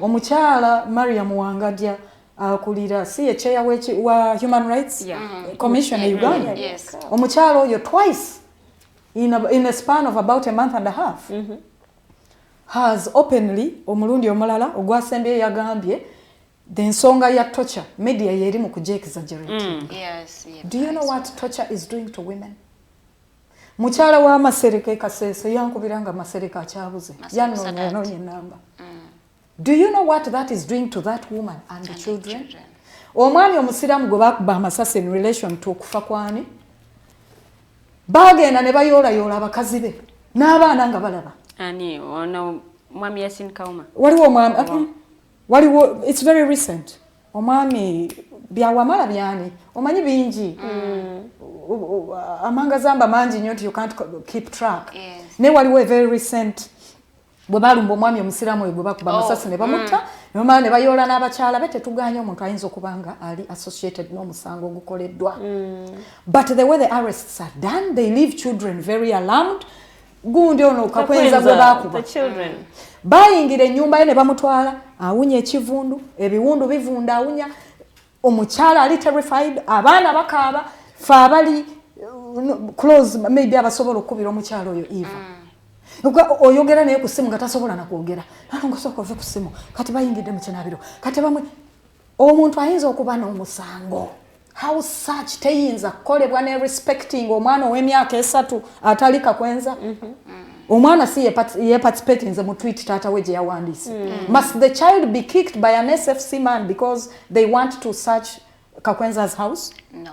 Must the Muslim man suspected of simanya bombs byali bya bomb abakyala be bateekeddwa okuyoolebwa awatali evidence there is no tewannaba kubaawo investigation yonna naye bayingira ennyumba ne basambasamba endiga na buli kimu abakyala ne tutwalirwa mu lutali lwaffe naye kati omukyala abakyala boonokolayo nakunokoleddeyo first lady w'eggwanga bwe baleeta ensonga ya pads z'abaana yagamba teyali priority eyamubakinga yali mukyala oyo bw'omuvaako nojja ewa mukyala Mariam Wangadya mukyala Mariam Wangadya yasooka kwogera ki byajja ayogera nga bivoola amaloboozi g'abakyala ffe abandi badde bagamba nti torture against both women and men winding up ng'ekosa omukyala indirectly omukyala yeppira y'amaka tulina bingi bye tukola n'abamu bye batasobola bwe baba nti nze gwe batutte ne bantwala ne bambuzaawo mu torture chamber omwami ayinza n'obutamanejinga kutwala baana ku ssomero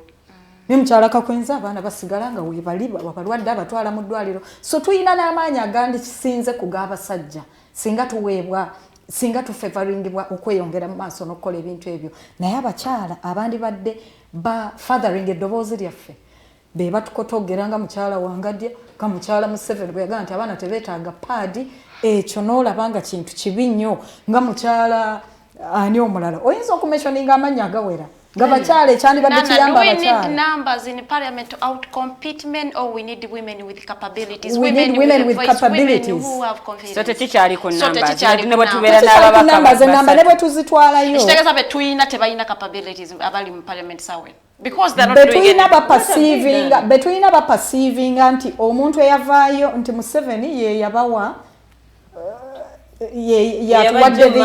yatujje manju so besanga nga balina okusigala nga bakola ki webale ate kati n'ekirala kyekino bo kye balinda kimu most influential women amanya ne bagawa ne bateekayo amanyi tukirize naye influential women emirimu gye njagala nnyo omukyala Edith Byanyima emirimu gye omukyala ow'omukatale mu wino oba erukunjiri oba bawe gyazaalibwa obaani how directly does her work impact oli ali eri wansi twali twewaana nti mukyala Specioza Kazibwe mpulira she's a farmer naki so yaliko n'amangazamba gamwogerwako simavaliddamu bwe bigenda nga byonna tebimaliriziddwa impact ya mukyalakazi it remains the name in the papers. The name of Madame Edith ne bwankubadde nga mukyala muyitirivu nnyo ayagala okukolera abakyala it would just remain on paper and in the boardrooms but it will not impact omukyala w'erukunjiri oba ewaabwe java.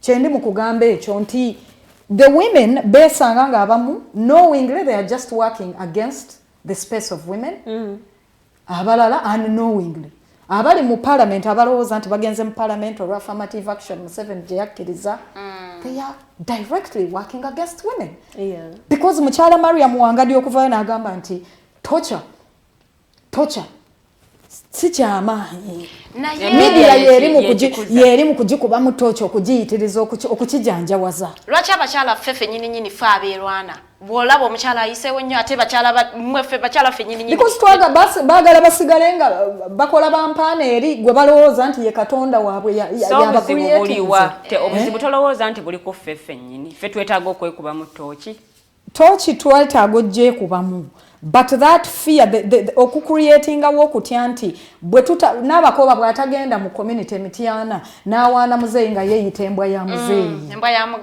embwa ya mugagga tajja kufuna ssente za kasuka mu balonzi kumulonda embwa z'omugagga zirya ennyama ez'omwavu nno mukyala ono fisher woman prime minister bw'atagende mu community ebaasa yange eri nkahaho leeta ebaasa to start throwing taxpayer money openly muzeeyi tajja muwa ayagala asigale nga akola bampaane atawaana mukazi munne atayamba mukazi munne omukulu Rogers agamba please Nana be reminded that you a feminist you haven't just gotten fat chicks Mukyala Angella gender based violence ne sexual gender based violence bisinga kosa nnyo abaana abawala oba abakyala kiki ekyetaaga okuba nga kikolebwa okukyusa kino well eri abantu benayawukanako nabo on principle nabagamba kimu bwe tuba nga tetulina kiwandiiko kigenda kulaga nti lino tteeka eri protecting abaana abawala bwe tuba nga tetukirina nze njawukanye ki nammwe era ne bampa wiiki emu ne baŋŋamba nti ogenda tuyambako naye wadde n'akasimu nti Angela oliwa olira so be baali ba seniors bange awo ne tukola ki ne twawukana so nzikiriza nti ebintu ebyo byonna okubeerawo mu societies ez'enjawulo communities then groups ez'enjawulo betaaga okuba n'amateeka kati nga wano tuyinza okugamba nti kakati etteeka liriwo oba kusanga ng'okwanya omuwala okangavulwe bwoti oba bakugoba it is okay kasita oba ng'okimanyi nti okoze eki omenye etteeka naye ebyo byonna bikola ki biragajjalirwa abantu bayisawo byabwe bagamba nti ffe okubeera n'abakyala abangi mu political space tulina bakwana bukwanyi nze bwe mbeera omusajja nga njagala kufuna bululu bw'abantu abasinga obungi okusingira ddala abakyala kuba be tusobola okulimbalimba ngenda kukwana bukwanyi mu constituency bonna nkole ki mbamale ojja kwesanga bakusuubiza ekifo bakusuubiza naye ng'ate ekyo kyolina okukola okugamba nti buli omu ogenda mukwano ogenda omwebaka ekwotambuza sirimu that means naffe twesiza level no of course naye ate ekyo kibaawo kiri nakyo nti abantu balina okukola ki okufuna abaagalwa owulira naye ate bwe kiba bwe kityo omuntu wabeera ng'ali married ate waliwo n'okuba nti abantu abamu abo bannabyabufuzi balina abaana naddala abo abasajja balina ate bebatalabirira naye abakazi baswala okukyogera ye muntu ki gwe baleeta mu mawulire naye lwakubanga bakimanyi nti tewali mateeka owulira so amateeka gabeerewo naye ne implementation exactly kuba tuyinza okuba nga tubyogerako owulira kakati nze juzi mu lockdown ono last lockdown engetwalimu bansanga maaso g'ekizimbe kyembeerako abasajja abasirikale bamputula empi Farida wanke wajja nonkyaza still bamputula empi but I was just mu gondi premises za kifo wembeera ne bankuba but etteeka ligamba nti omusirikale omusajja talina kukwata kuki ku mukyala. At my age tasobola na kuswala nti akuba na muwala we owulira but it's because implementation teriiwo naye nga ga amateeka weegali amatonotono si gonna kubanga ojja kwesanga nti societies zetubeeramu political parties aga amateeka either weegali abamu tebakola ki tebagalina ate n'ekirala n'okusomesa abantu baffe nti kino ekintu kikukakatako kuba tujjukire nti tulina illiteracy oba ignorance abantu bangi balina obutamanya bungi so omuntu watuuka ne mugamba nti kakati nze women leader owa political party emu tuuza abaana abawala obagambe nti banyabo kino nekino nekino kino bwe kibeerawo kino kibeera bwekiti ne bwekiti ne bwekiti nga amateeka g'essomero wegabeera tulaba suspensions zibeerawo schools are organized naye abantu bwe bafuluma essomero baki ekibeerawo bayingira society tali governed nga tugendeko mu comment section obadde olina ebyenjigiriza kenyongerako akatono okuva mu Angella kyayogedde okusomesa ignorance has been backed by state. Amasomero gye twagenda there were subjects that have been scrapped without the knowledge of the Ugandan. Political education abaana gye bayigiranga responsibilities za good leader, characters of a good leader, civic education. Society we twagiyigirangako nti omukulembeze omulungi alaga obubonero bwe buti baabijjawo kagendere nga bo bamanyi nti abakulembeze be bajja okwetaaga kati be bakulembeze be bajja okuwaayo ssente bagende mu balonzi bababribing ne siringi 10 balonde bad leader. There has been deliberate trampling on okutegeera kw'abantu.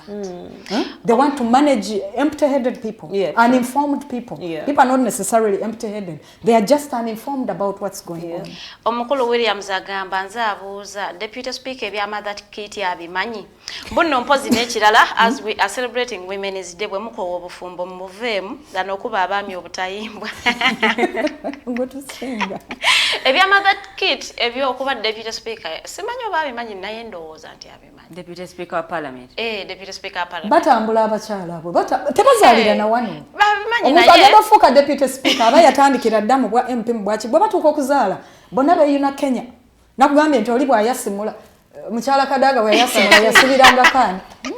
Ekitali kibi omuntu asaana bamulwaneko ku bulamu bwe. Naye kati atasobola kuteekebwa ku nnyonyi kutwalibwa agakaano oba Brussels oba wakuzaala.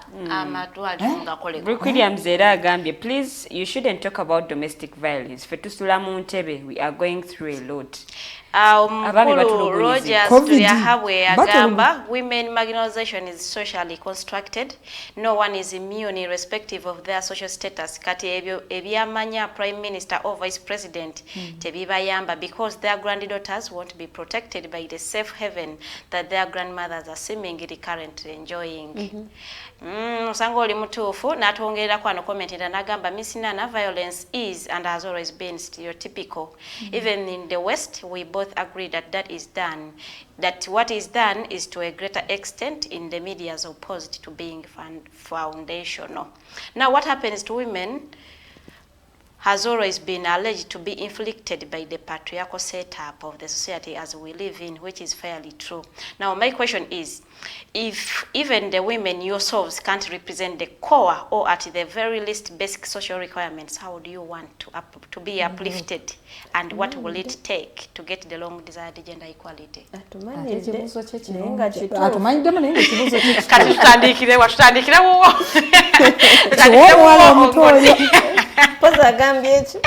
Nze nkiwulidde era mu makyazolyawoza tumaliriddwa ayina ensonga ya mugunju ffeffe nnyini bwe tuba tetusobola kweyamba twagala tuyambibwe tutya bwe tutuma ba members of parliament mulonza abakyalo oba mubalonze lwakuba babawaddeyo omunnyo oba osuubira ajja kugulira amafuta because be baana bali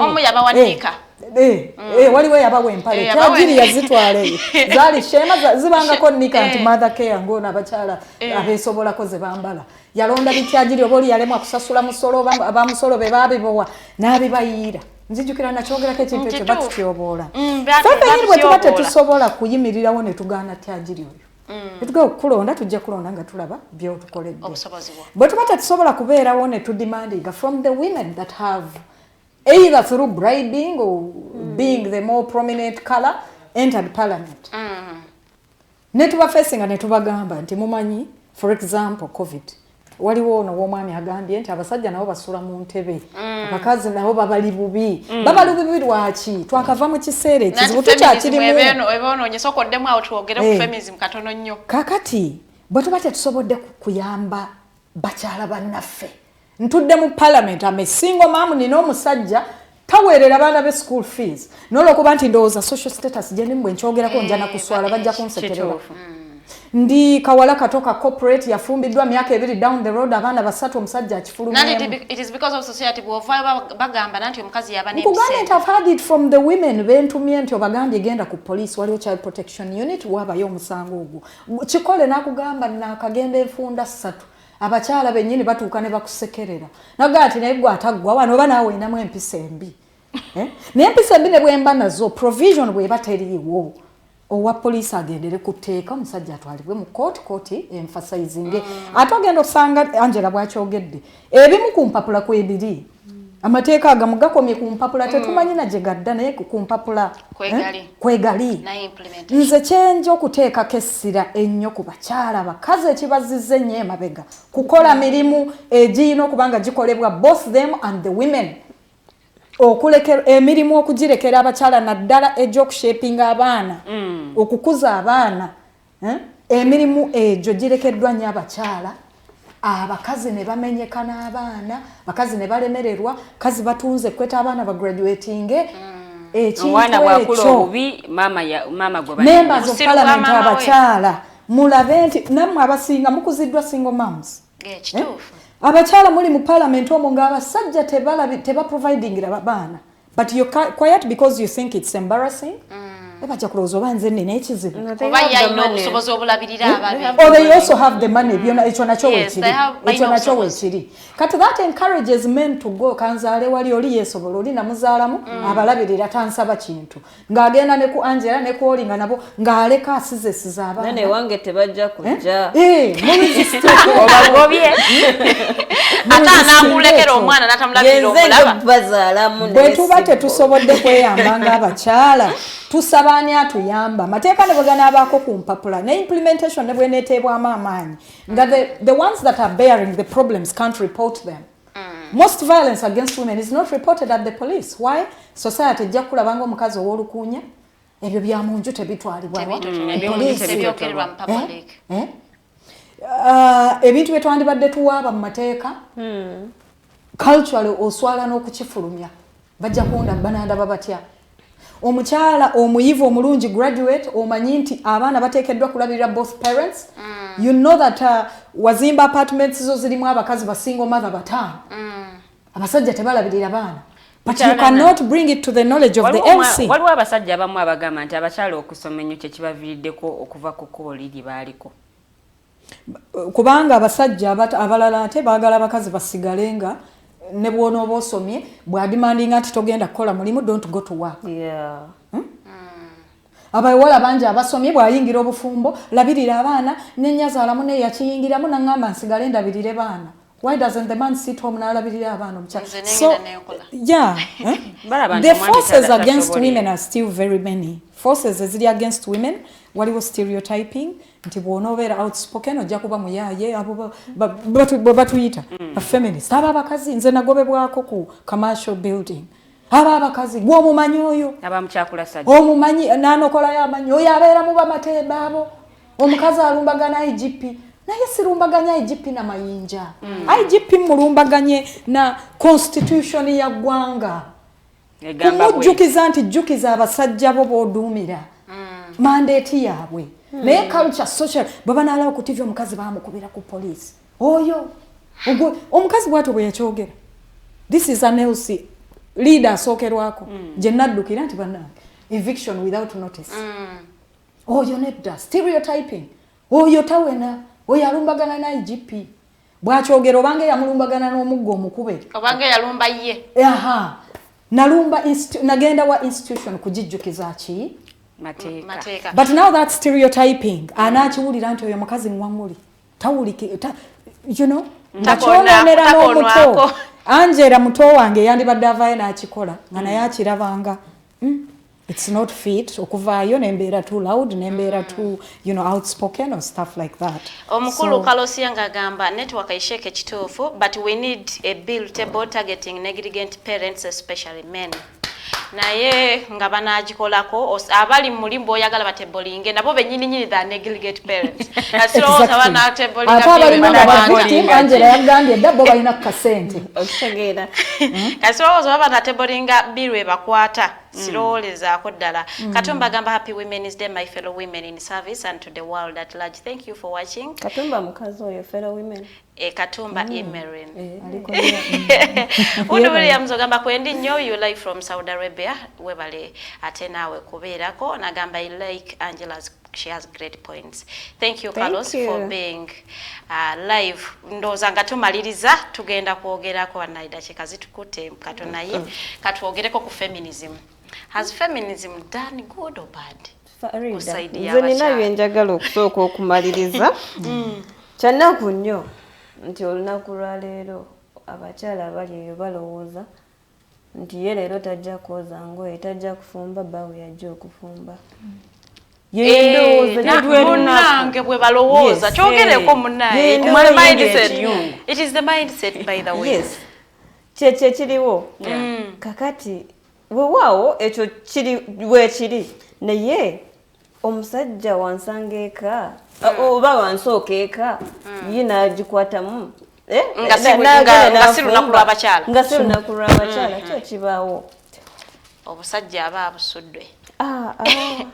Nedda ssebo nange nnyinza okubanga twaki awo kanveewo kirabika mmwe mulabika ebyo bye mulowoozaako kale batandika omulabira mu kiti eky'omukyala kazi ya mudominating ekisinga okunnuma nze nvuddeyo eyo mbibalekedde ebyo ekisinga okunnuma nti ffe abakyala oba abawala paka essaawa ya leero tukyesaasira ne twetwala okuba nti tuli so fragile kyova olaba batuterawo obufo buli woman MP woman counselor naye nga tetwerowoozaako nti tusobola okusingakaawo.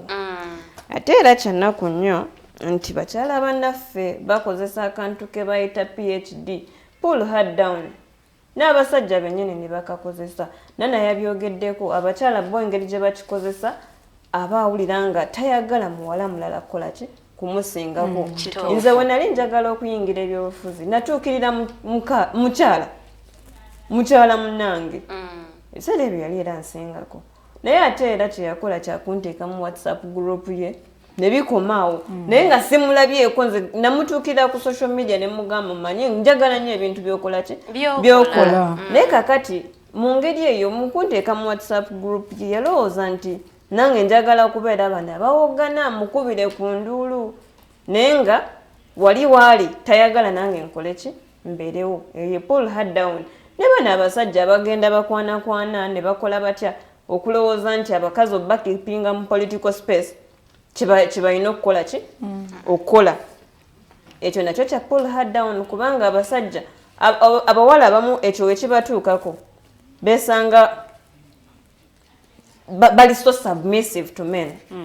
Nze omusajja ne woba ompisa ku line y'emmere nkugamba ssebo kyonoonya nange kyenoonya ng'oli mukulembeze obanga naye weesimbawo n'ogwa nkugamba ssebo tolina kansala demabega. It's not because I'm a woman nti olina okumpisa ku line y'emmere nedda sirina mululu naye nnwanirira eddembe lyange ng'omuntu ate nnwanirira space gw'oyagala kubeera superior nange kyenjagala twagala mwenkanonkano.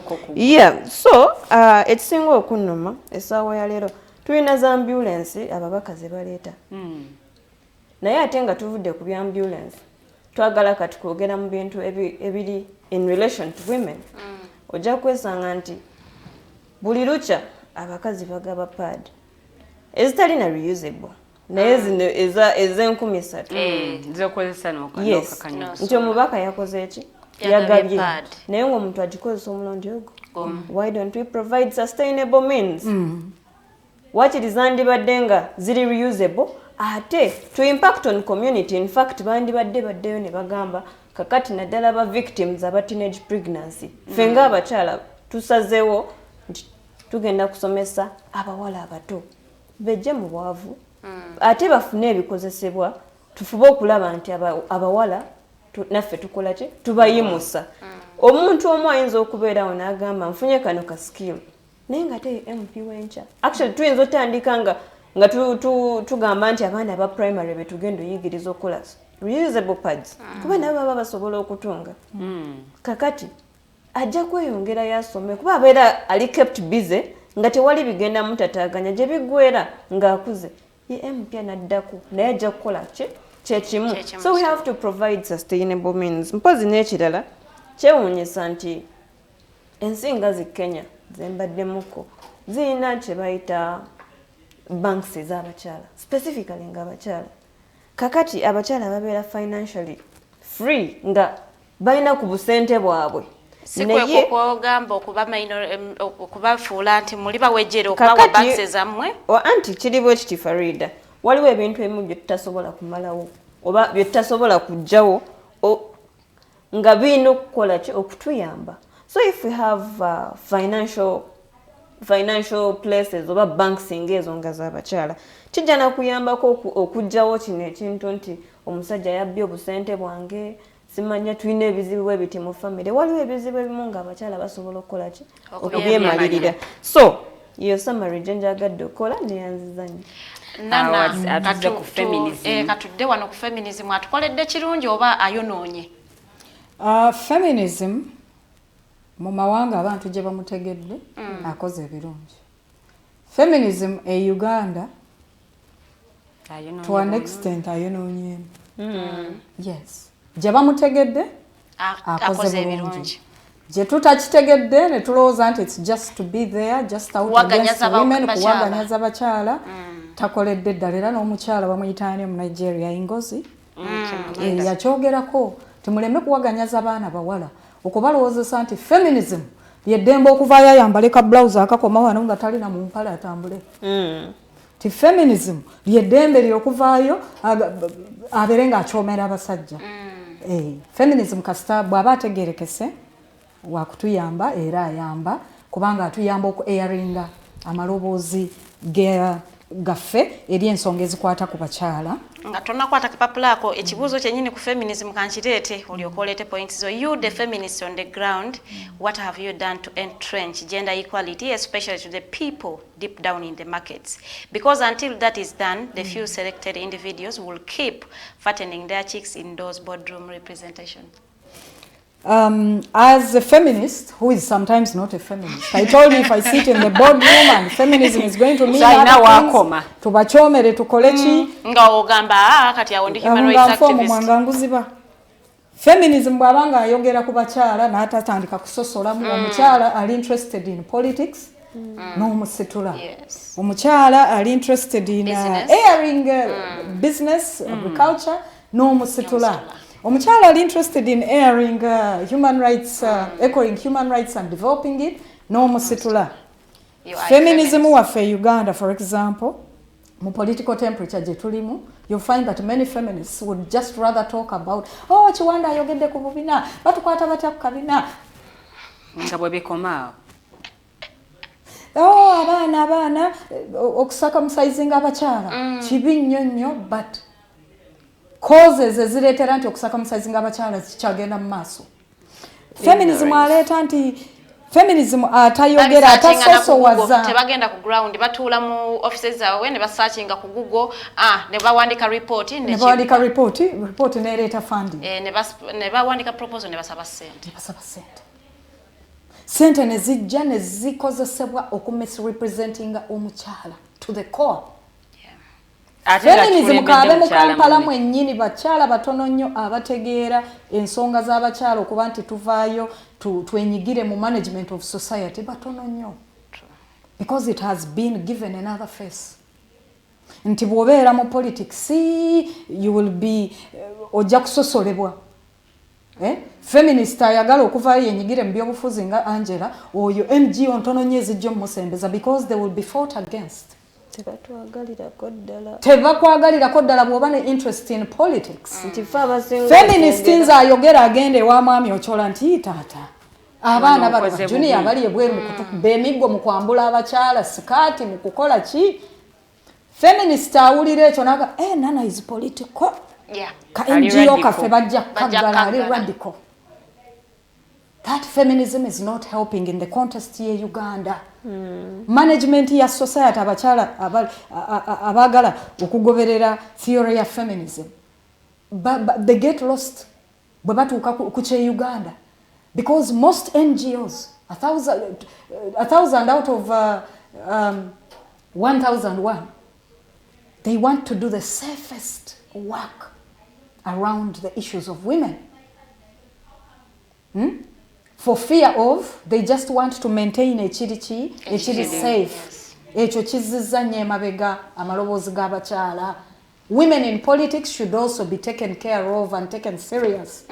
Women in human rights, whether social or what, should be taken seriously. Not only women who are going to come, you shouldn't talk about our bums. Nebagenda ku busonga waliwo LGBT rights. Much as I'm a believer that all humans should be equal. No human, tewali human gwe mulina kukolera kubagira teeka nti tubakube emitwe tubattenge emisota. I support that. All people should be having their right to life. Naye why are 1,000 NGOs out of 1,002 only emphasizing on the rights of LGBT and what? But they never talk about the rights of omukyala n'omwana we according to constitution ye Uganda. We wali sente ate we wali backing okuva eri ne fund eri ajja kubanga alabikanga atali nnyo ki. But when you're talking about the politics of women being abandoned with children, children falling out of school and nobody is talking about it, olabikira directing ali against state because it's state's failure of implementing amateeka gano. So nempunzika nja kunzika nga nkugamba nga tunawunzika mukyala Nana. Kiki kye twetaaga okusomesa abakyala ob'omwana omuwala mukadde kano? Abakyala ob'omwana omuwala bakusomesebwa nti state eyina obuvunaanyizibwa obutukuuma. So si kutubetentana kubetenta baba baffe baganda baffe na bakitaffe. Omwana omuwala yenyigire nnyo naddala ku temperature jetu ku environment eyaffe nga Uganda. Kiri nti eddembe litujjiddwako nnyo.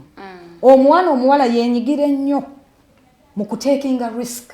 Take the risk to ask the question about kyotategeera. Nti lwaki omukyala omukulu mu human rights avayo n'adibaga claims z'abantu nti torture is ongoing in Uganda. Omwana omuwala yenyigire mu taking a risk. That is why I'm telling you, NGOs don't want to take any risk by bringing on board the actual issues eziruma abakyala, the poverty mbakyala. Okulekebwa emabega nga balekerwa emirimu egyandibadde gikolebwa abantu abamu. They are not talking about that. Why? They don't want to take the risk of saying what should be said because they want ekisinga bakolera kisigale nga ki. Omwana omuwala yenyigire mu kwagala okumanya abakikola batya, abakituukako batya, but most importantly mu taking a risk. Take the risk to air your views. Take the risk at the school to ask your teacher. Teacher Martin bwabanga buli after lesson gwe kwotse bitaba akutwale mu nsonda akutunulira amabeera adde mu kuku romance agenda kuwa max nyingi. Take the risk to ask him in public. Lwaki leero togenda nani? Ne John. Why are you calling? Because that's how they begin to abuse the girls. Lesson negwa najja ne yetuuza ku desk y'omuwala kwata obutabo bwange. Take that risk of asking the important questions. Okay. Ndowooza ne mukyala Angella bw'oli awo naye atuwa endowooza ku ki kye twetaaga okusomesa omwana omuwala n'omukyala nga bwe tuwunzika. Nze ndowooza nti kye twetaaga okusomesa omwana omuwala n'omukyala bwe buvunaanyizibwa bwabwe. Kuba okulowooza nti nina okudda ewaka n'enfumba nga te n'omusajja asobola. Nendowooza nti sijja kukola. Njagala nnyo Angella Katatomba by the way. Obufumbo tebukulemye. Oba tonjagala lekayo.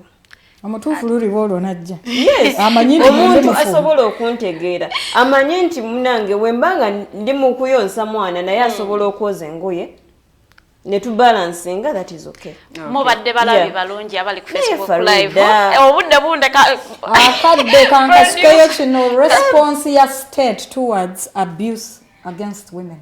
Violence against the women. Response ya state. Ebulamu nnyo. If anything, they are contributing to the violence against women. Producer walero musajja ayinza otujjayo atukolako ayinza otukolako violence natujjayo kumpewo. Naye nga wamma twagala okubeebaza ababadde ku live ku Facebook.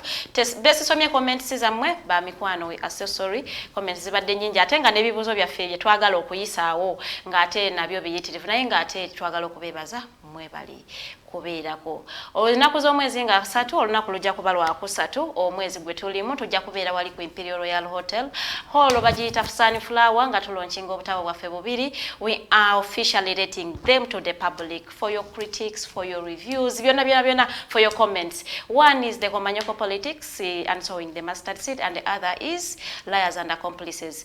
Entrance, buy a book. Akatabo ka 50k mitwalo 5 so gitgenda wali ali cafe javas noziriam breakfast anayenga ate bwobo guzemu akatabo ne muwala wagenda kasoma batabanyibo ne bazukulubo nabo bakasomeko obudde buntwala mwe bali kubaate balabi balungi nkoze ne Lilian Luwedde ku kamera kubadde ko Rogers tuyahabwe omukyala Teddy Tenjo nabukeera tuddemu wali mu byoma tusinkane ate olunaku lala enkyalo ja kuba lunaku lwa 3 tujja kubeera wa Lilian Luwedde. Have yourself a great day.